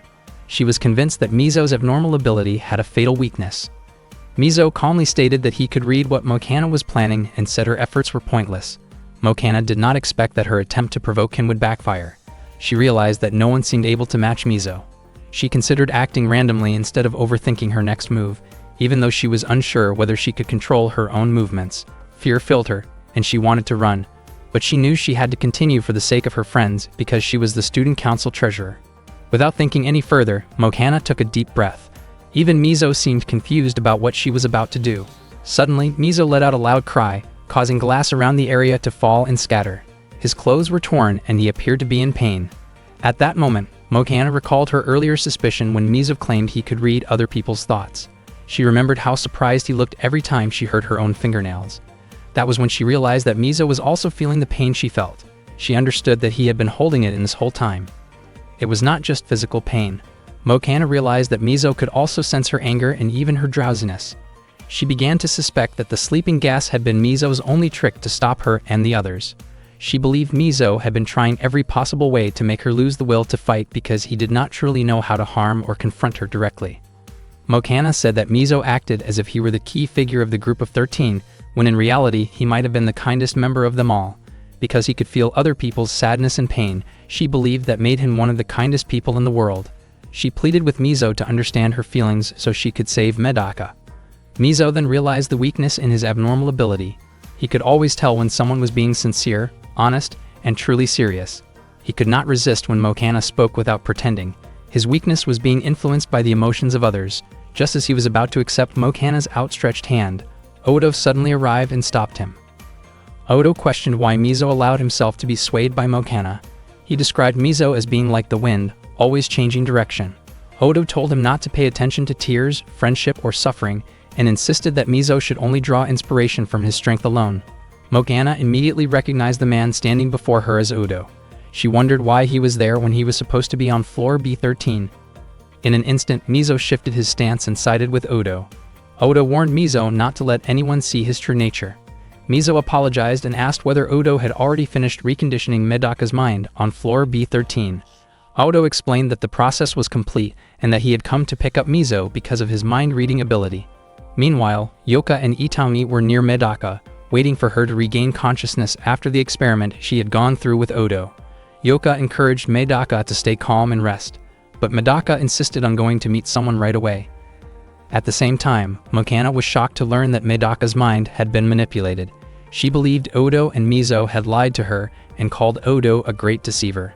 Seeing how angry Mokana was, Odo mockingly wondered whether she intended to attack him. Using his power, he forced Mokana down onto her knees. The machines around the room reacted to Odo's ability, making Mokana realize just how powerful he was, just as Medaka and Zenkichi had described. Odo seemed pleased to see Mokana subdued, but it was still not enough to satisfy him after she had tried to influence Mizo earlier. He prepared to use the debris around them to strike her. Odo told Mizo to step back so he would not feel the impact of the pain Mokana was about to experience, though he assured him that he did not intend to kill her. Odo planned to announce his marriage to Medaka in front of her friends. Just as Odo was about to act, Zenkichi suddenly rose again and came to Mokana's aid. Odo wondered out loud whether his extraordinary presence had ruined Zenkichi's peaceful sleep. Zenkichi admitted that he was not the only one still awake. Koki suddenly appeared and immediately grabbed Odo by the neck. He understood that Odo's abnormal ability allowed him to manipulate gravity, but he believed that if he restrained Odo and combined his own body weight with Odo's, that ability would become useless. Odo smiled and said that Koki's guess was impressive, but still incorrect.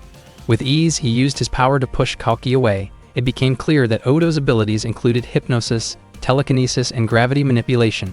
He was confident that no one could surpass his abnormality. Zenkichi, however, believed that he could defeat Odo, and would not fall as easily as Mokana and Kalki had. Not long after, Odo forced Zenkichi's hands to tighten around Mokana's neck. Zenkichi did not even realize when the muscles in his body began moving on their own. Mokana was confused as well, unable to break free from Zenkichi's grip. She had never expected him to exert that much strength. Odo explained that his abnormality was not something that could simply be overcome. He mentioned that Maguro should have known better how his power worked.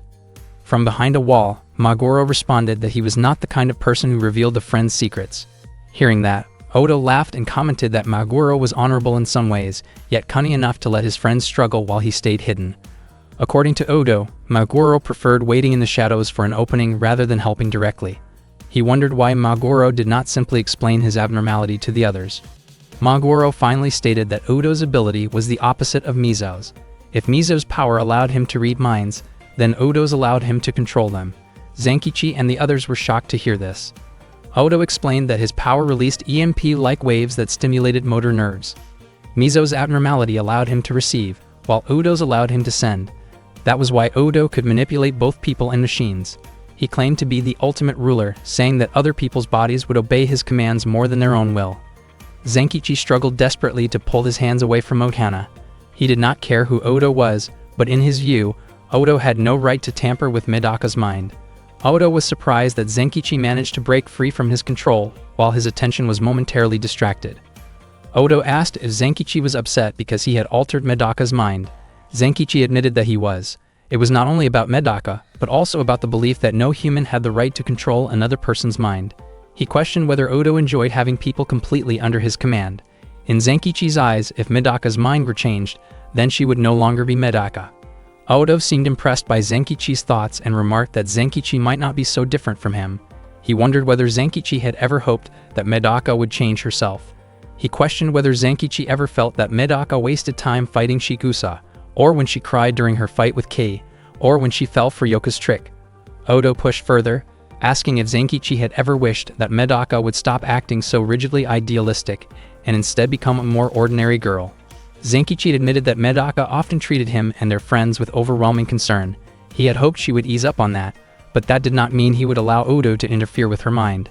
Hearing this, Mizo laughed and pointed out that Zenkichi had once refused to join the student council and could only complain back then. Mizo wondered when Zenkichi had become so devoted to Medaka.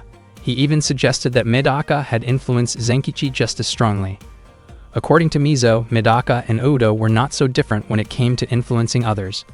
Odo controlled minds, while Medaka shaped people's behavior. Zenkichi insisted that Medaka was still right, perhaps even too right for her own good.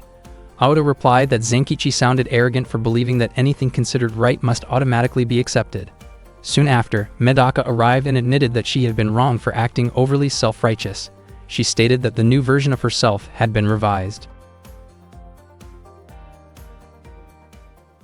Zenkichi was shocked when Medaka showed up. She explained that she was a revised version of Medaka. Odo scolded Yoka for not staying downstairs as instructed. Yoka clarified that Medaka had insisted on coming up, and she had not been able to stop her. Medaka then stated that she was no longer the Medaka her friends once knew, because the previous version of herself no longer existed. Zenkichi grew frustrated and demanded to know what Odo had done to her. Odo claimed that he had brainwashed Medaka, but she denied it.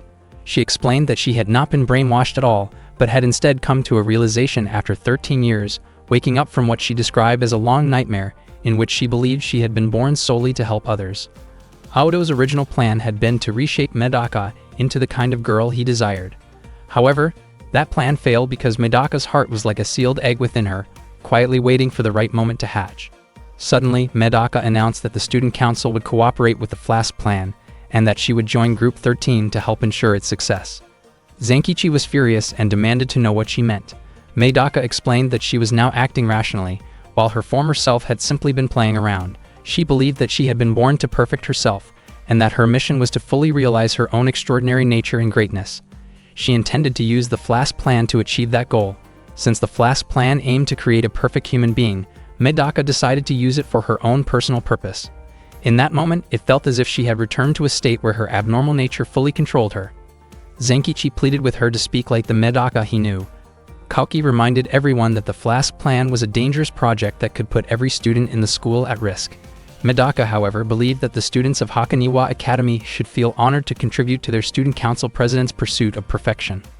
Mokana pointed out that Nekami and the others were still struggling to save Medaka. Medaka admitted that she no longer cared about other people's feelings. Without hesitation, she dismissed Zenkichi, Kaoki, and Mokana from the student council, saying she had no need for people who could not help her achieve her goal. Unexpectedly, she chose to side with Odo and his group to carry out the Flask plan for her own sake. She even expressed her willingness to marry Odo if it helped her reach that objective. Odo appeared delighted. Itami commented to Yoka that everything seemed to be going according to her expectations. Yoka denied planning any of this and admitted that she simply enjoyed watching former friends fall into conflict. She had expected the student council members to give up after being rejected, yet they were still trying to convince Medaka. Zenkichi stated that he and the others had promised never to leave the student council. Kaoki could not accept seeing Medaka change so completely, and Mokana was heartbroken watching her become so self-centered. Zenkichi was convinced that the person standing before them was not Medaka, but rather Medaka's enemy. Suddenly, Medaka ordered them to kneel. Odo was surprised that she could use such overwhelming words with that level of force. Yoka realized that Medaka had also learned Shigusa's autopilot ability, and she began to understand what truly made Medaka abnormal. Medaka herself felt strangely refreshed, as if a heavy burden had been lifted from her shoulders. Kaoki insisted that Medaka would never normally say something like that. Mokana began to fear that the real Medaka was truly gone. At that moment, Maguro stepped forward and questioned whether Medaka was truly certain about what she was saying. He doubted that she had actually freed herself from her burden. Medaka claimed that she no longer had a heart or emotions. Maguro calmly asked why. If that were true, tears were falling from her eyes. Medaka seemed startled when she realized she had been crying without noticing. Maguro explained that people with a heart often find themselves moved in ways they cannot control. He believed that Medaka's memories from 13 years ago had not disappeared after all. Without warning, Zenkichi rushed toward Medaka and struck her with a powerful kick. Odo was surprised to see that Zenkichi could still move despite the effect of her overwhelming words. Zenkichi admitted that he had spent 13 years listening to Medaka's unreasonable demands. He declared that her words no longer weighed him down, and that if the real Medaka still existed inside that body, he would bring her back. Medaka felt confused as she watched Zenkichi, unable to stop her tears. The two began exchanging kicks as they fought. Observing the clash, Odo asked why Itami was not stepping in. Itami refused and criticized Odo for being cruel. At one point, Medaka's kick connected solidly with Zenkichi, causing Mokana to worry. Kaoki tried to reassure everyone that the hit had only grazed him, but it was clear that Zenkichi did not have the advantage now that Medaka had learned how to avoid his attacks. In the middle of the fight, Medaka swung her leg in a way that revealed a hidden syringe. The syringe pierced Zenkichi's body. Yoka was shocked and wondered when Medaka had taken it, only to realize that she had also learned Kei's hidden weapon technique. Yoka understood that Medaka had studied every abnormal ability that had ever been used on her, and had now mastered them all. Maguro said that Medaka could do anything shown to her, yet no one could actually teach her anything. Zenkichi was confident that Medaka would not be able to defeat him with a bundle of empty syringes, because that alone would not be enough to knock him down. Medaka was already serious, and it was not that she was holding back against her childhood friend. Somehow, she kept raining kicks on Zenkichi, yet he never stepped back. They continued facing each other without pause. Medaka felt that the effects of the medicine had not fully worn off, and her memory still felt hazy.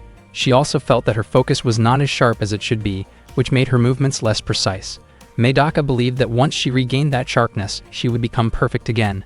As Maguro's words echoed in her mind, her memories slowly began to return in order. 15 years earlier, Medaka's mother passed away when Medaka was born. Her mother had suffered a heart attack upon hearing Medaka's first cry. When Medaka first learned this story, she believed that her mother must have been born solely to give birth to her, and then passed away after fulfilling that purpose. After that, Medaka was brought into the Kurokami family. She had never seen her father, yet her stepmother and all her relatives treated her kindly. It almost felt as if the entire Kurokami group had been prepared just to receive her. Even so, Medaka remembered once feeling uncomfortable there. At that moment in the present, Zenkichi managed to land a kick to Medaka's head. Yoka wondered whether Zenkichi's kick had been faster than Medaka's reflexes, or if Medaka had intentionally allowed herself to be struck. It turned out that Medaka had never truly experienced life as a normal baby. Within 3 months, she had read every book available in order to learn. Before her first birthday, Medaka had already absorbed all the knowledge she could find. At first, the adults admired her greatly, but before long they began to feel uneasy and gradually distanced themselves. One day, Medaka received a request from one of her father's friends, a mathematician.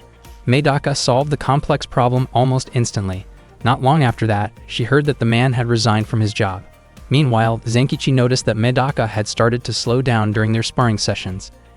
Ever since that mathematician resigned, Medaka began to realize that her existence seemed to disrupt the lives of many adults. Their hard work and sincere efforts appeared meaningless after encountering her. It was a sad realization, yet Medaka felt nothing. She began to question why she had been born into the world. At the age of 2, Medaka was taken outside to a hospital. The hospital was a medical facility for people with unusual abilities like hers. The staff conducted research to understand the purpose behind each patient's unique traits. The doctors believed they could not find answers unless Medaka was thoroughly examined. Even so, Medaka still did not know why she had been born. One day, Medaka met Misagi and asked him why humans were born. Misagi believed that people were born without a purpose, lived without a reason, and died without meaning. He thought Medaka had been brought to that hospital after unintentionally turning many lives upside down. According to Misagi, there was nothing wrong with that, because he believed that both of them were free to do whatever they wanted in a world that ultimately had no purpose. Those words stayed with Medaka. She could not imagine anyone offering a more convincing answer. Medaka eventually convinced herself that her mother's passing and the adult struggles were not her fault. Thinking that way brought her a sense of calm, as if a heavy weight had been lifted from her chest. She grew tired of the endless tests and decided to leave the waiting room. That was when she met Zenkichi for the first time. He was trying to solve a puzzle toy, but could not figure it out. Medaka helped him take the puzzle apart. Seeing this, Zenkichi praised her and felt genuinely happy. Medaka told him that there was no need to thank her because it was something very simple. Zenkichi then asked Medaka to solve a Rubik's Cube. Medaka helped him solve all of his puzzle toys. Zenkichi became very excited and kept praising her. Medaka found it strange because to her, those things were ordinary, especially since she believed her birth and life had no meaning. Zenkichi disagreed. He believed that everything had meaning. Medaka asked him why she had been born into the world. Zenkichi said that even though they had just met, Medaka had already made him very happy. From his perspective, Medaka had been born to make everyone happy. Hearing those words deeply moved Medaka. At that moment, Zenkichi ended the fight, feeling frustrated about why Medaka had not tried to dodge his kick. Medaka explained that Zenkichi had no reason to attack her, so she had no reason to avoid it. Tears continued to stream down her face as she assumed Zenkichi had forgotten that it was his words that shaped who she had become. He was the one who gave meaning to her life and helped her discover herself. Those words were no longer just a memory to Medaka. They had become a part of her. Suddenly, Medaka lost control of her emotions and struck Zenkichi. She felt upset because remembering the past changed nothing. Although her past remained a beautiful memory, she had changed because she believed she had been born to constantly improve herself. The impact of her blow sent Zenkichi collapsing to the ground injured. Medaka said that she no longer needed the purpose Zenkichi had given her 13 years ago. Odo could not understand what Medaka meant, but it seemed that Magoro's plan had failed. Magoro realized that the brainwashing ability used by Odo was stronger than he had predicted. Odo wondered why Magoro did not simply return to the original Flask plan. Magoro admitted that the idea did not sound bad, but after losing both of his younger sisters, he no longer cared if the world had to be destroyed as a result. At that moment, Medaka apologized to Zenkichi, saying that she had to end his life. She tightened her grip around his neck, convinced that the only way to stop her tears was by removing him from her life. She believed that without Zenkichi, she would be one step closer to reaching her version of perfection. Zenkichi accepted his fate, saying that he could no longer bear to witness what was happening, and did not resist. Still crying, Medaka asked whether Zenkichi remembered what he had said to her 13 years ago. Zenkichi admitted that he did not fully understand what she was referring to because so much time had passed. However, he remembered telling Medaka that she had been born to bring happiness to everyone. Medaka was surprised that he still remembered. Zenkichi said that from the moment he met her, he had believed those words would come true, and that belief had never changed. Hearing this, Medaka suddenly felt intense pain in her head. She screamed as if struggling against something inside her mind. A powerful surge of energy radiated from her, as though she was trying to undo the brainwashing affecting her. Odo was shocked, realizing that Medaka was capable of using the same mental influence. Yoka commented that brainwashing was an extremely complex process, and if someone tried to reverse it forcefully, nothing might remain. Seeing Medaka in such distress, Zenkichi apologized. He said that if his words were causing her pain, then he did not want her to force herself to remember them. He wondered why, even after being brainwashed, Medaka had still not truly changed. Zenkichi asked her not to hurt herself, not to suffer, and not to cry just to make other people happy. He held Medaka tightly and told her that if she wanted to make others happy, she first needed to find happiness for herself. Suddenly, Medaka stepped back from Zenkichi's embrace and stated that she was not the revised version of Medaka anymore. Mokana and Kaki looked relieved, realizing that Medaka had finally returned to herself. Seeing this, Zenkichi asked what Medaka believed she had been born to do. Medaka answered firmly that she had been born to help others and to make everyone happy alongside her. Yoka realized that Medaka had also absorbed Mizo's abnormal sense of empathy. She commented that humans seemed to constantly influence each other's minds, and that it was not surprising. Maguro responded that if Yoka kept thinking that way, her life would feel miserable, while Medaka was fortunate to have Zenkichi by her side. Odo remarked that the bond between Zenkichi and Medaka was truly fascinating. He then invited Medaka to return, and Medaka declared that she was ready to put an end to the Flask plan. In an effort to stop the Flask plan, Medaka and her friends went through a series of intense confrontations. Medaka first faced Shigusa in battle. During another clash, Zenkichi was pushed to the brink while going up against Kei. Medaka also met her older sister for the first time in 6 years, and at one point Odo nearly manipulated her mind. Medaka made it clear that destroying the Flask plan was her mission. Hearing this, Odo invited her to settle everything on the lowest floor of the facility. Yoka then tossed a knife beside Maguro and urged him to join them. Together, they all headed downstairs. On the way, Yoka remarked that Itami had already struck Medaka and Zenkichi had kicked her as well, so Medaka should have been badly hurt. Yoka offered her a special herbal remedy. Medaka politely refused. Yoka laughed and wondered if Medaka had stopped trusting everyone. Medaka calmly replied that someday she and Yoka would make peace. When they reached the lowest floor, Medaka described the room as something resembling a military intelligence facility. The place felt extremely cold. Without air conditioning, they would have overheated within 5 minutes because there were 131,310 devices running non-stop 24 hours a day, all year long. These machines were used to analyze abnormals. Managing that many systems required someone like Odo. Mizo suddenly removed his mask and revealed that Odo had been running the Flask plan alone. If they could stop him, the plan would come to an end. Odo asked whether Medaka was not impressed by what she was seeing. He explained that this was the Flask plan, and that in their country alone, over 100,000 people had devoted their lives to the project. He questioned whether Medaka truly wanted to make everyone happy. He asked her to imagine a world where humans had no worries, no need for advice, and where everyone could become perfect if the noble goals of the Flask plan were realized. Medaka disagreed, pointing out that Odo intended to use the students of Hakoniwa as test subjects. Odo offered Medaka one last chance.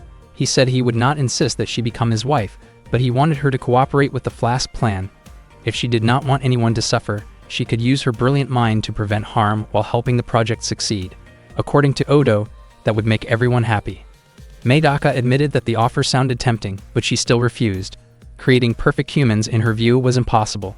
She felt that Odo was even more idealistic than she had ever been. Part of her even envied his ambition, especially if he truly believed he could create or become a perfect human.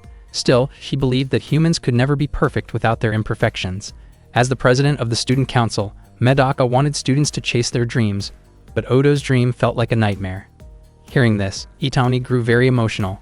From Itami's perspective, Medaka's rejection of the Flask plan was also a rejection of her as a robotic human. Odo reminded Itami that she was not strong enough to defeat Medaka. Itami was confused by that statement, since she had already beaten Medaka once, and Odo's own abnormal ability was not suited for combat. Odo brushed this off, claiming that he was extraordinary and possessed a secret technique. He pressed his hand against Itami's body, shocking everyone. Odo explained that he could send an electromagnetic pulse directly to the heart. Through this continuous interference, he could take someone's abnormal ability. This action was known as Yukahashi, and it was Odo's second special skill. Odo claimed that while Medaka could copy at least 20% of someone's abnormal ability, he could take it entirely. He then used Itami's ability to strike Medaka. Odo stated that he had always believed Itami's abnormal power was meant for him. He also claimed that he had just proven Yoka's theory about controlling abnormal personalities. Yoka was devastated seeing Itami's powerless body. She begged Itami to open her eyes. In tears, Yoka apologized to Maguro for once saying that she only wanted unhappiness. She promised to make up for it, by doing anything Maguro asked. She pleaded with Maguro to heal Itami, explaining that Itami was a friend who mattered more to her than any rule. Odo mocked Yoka for begging help from an enemy. He remarked that only Mizo was worthy of standing beside him. But at that moment Mizo was lying on the ground, overwhelmed by the pain Itami had felt when Odo attacked her heart. Odo then told Medaka to get up, fight him, lose, and die, because he could take Medaka's abnormal ability with his secret technique and move one step closer to perfection. Medaka asked whether Odo truly considered himself human. Odo confirmed that he was. Medaka then shifted into her combat mode and drove her elbow into Odo's stomach. She stated that when facing Odo, she preferred to turn herself into a monster. Odo lived alone on the streets for 7 years, from the age of 6 to 12. He had the ability to steal other people's powers. Even so, he chose not to use his abnormalities to defy the world. To him, those abilities felt more like a misfortune than a gift he was born with.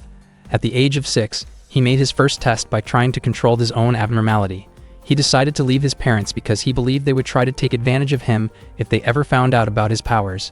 He felt deep sadness when he left home, but his conscience would not allow him to manipulate his parents' minds. He dreamed of using his powers someday to guide the world toward peace and happiness. During the 7 years before he was finally found, he used his ability only to understand it better. He never experimented on anyone else and refused to sacrifice others for his own growth. Through intense mental training and visualization, Odo continued to develop himself. The speech he had prepared in his mind was meant to encourage people to enjoy life, take care of their friends and family, and seek happiness. However, when the moment came, the words that left his mouth were an order for everyone to kneel. No one knew what Odo would do in the 3 years before he eventually arrived at Hakoniwa Academy.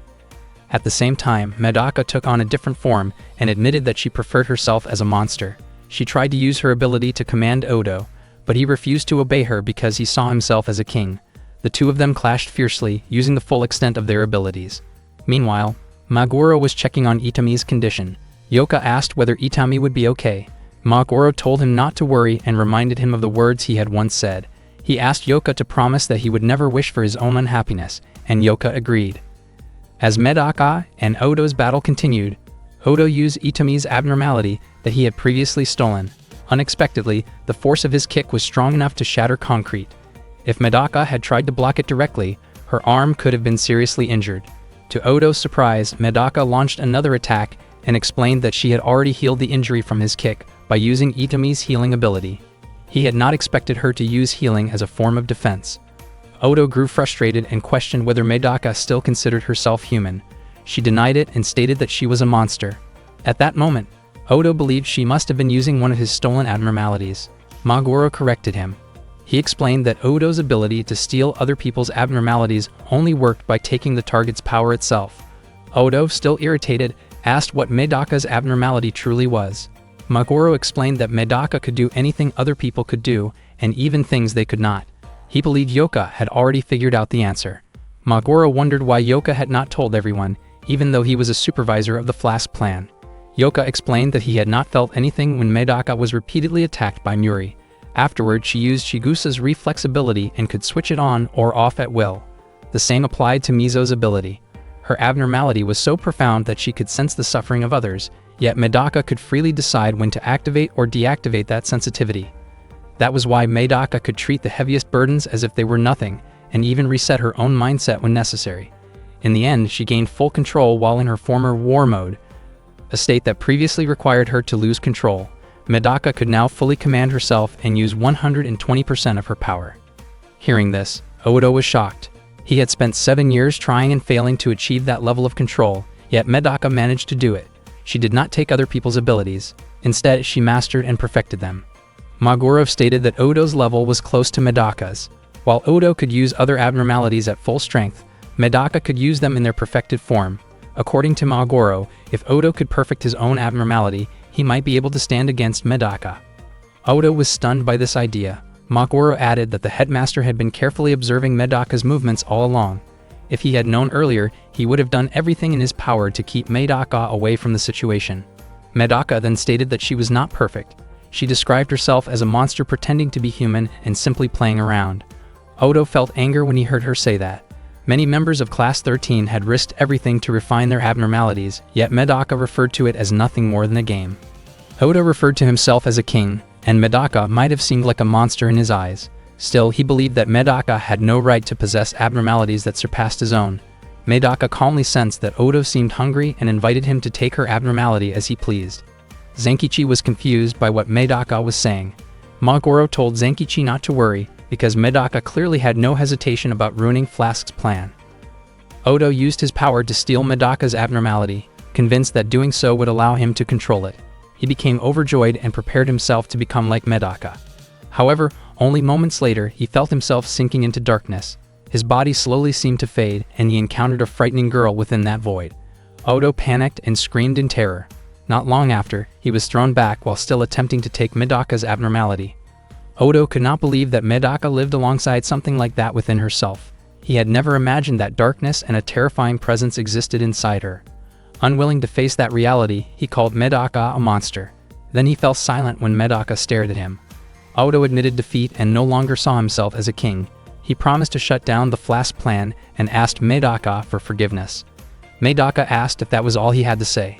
Odo then promised to make sure that Mizo and Itami would be safe. He also swore that he would make up for all the people who had been sacrificed for the Flask plan. Once again, Medaka asked if that was everything he wanted to say. Odo added another promise. He would no longer use his weighted words to steal other people's abnormalities, and he would stop doing harmful things altogether. Medaka still asked if that was all. Odo did not know what else he could possibly say. Medaka firmly reminded him that when someone does something wrong, the proper thing to say is an apology. Odo immediately dropped to his knees and apologized to Medaka. Medaka forgave him, leaving everyone around them in shock. Zenkichi and the others had completed their task, although some concerns remained. The student council members were assigned to erase the data on the computers. Medaka commented that the task was a hassle and suggested that destroying the computers entirely would be easier. Odo had completely given up after witnessing the darkness within Medaka, and Medaka chose to forgive him. Zenkichi, however, had hoped Odo would be made to struggle more, because he believed that forgiveness was not a miracle cure that could be handed out so easily. After that, they all rode the same elevator and chatted like normal high school students.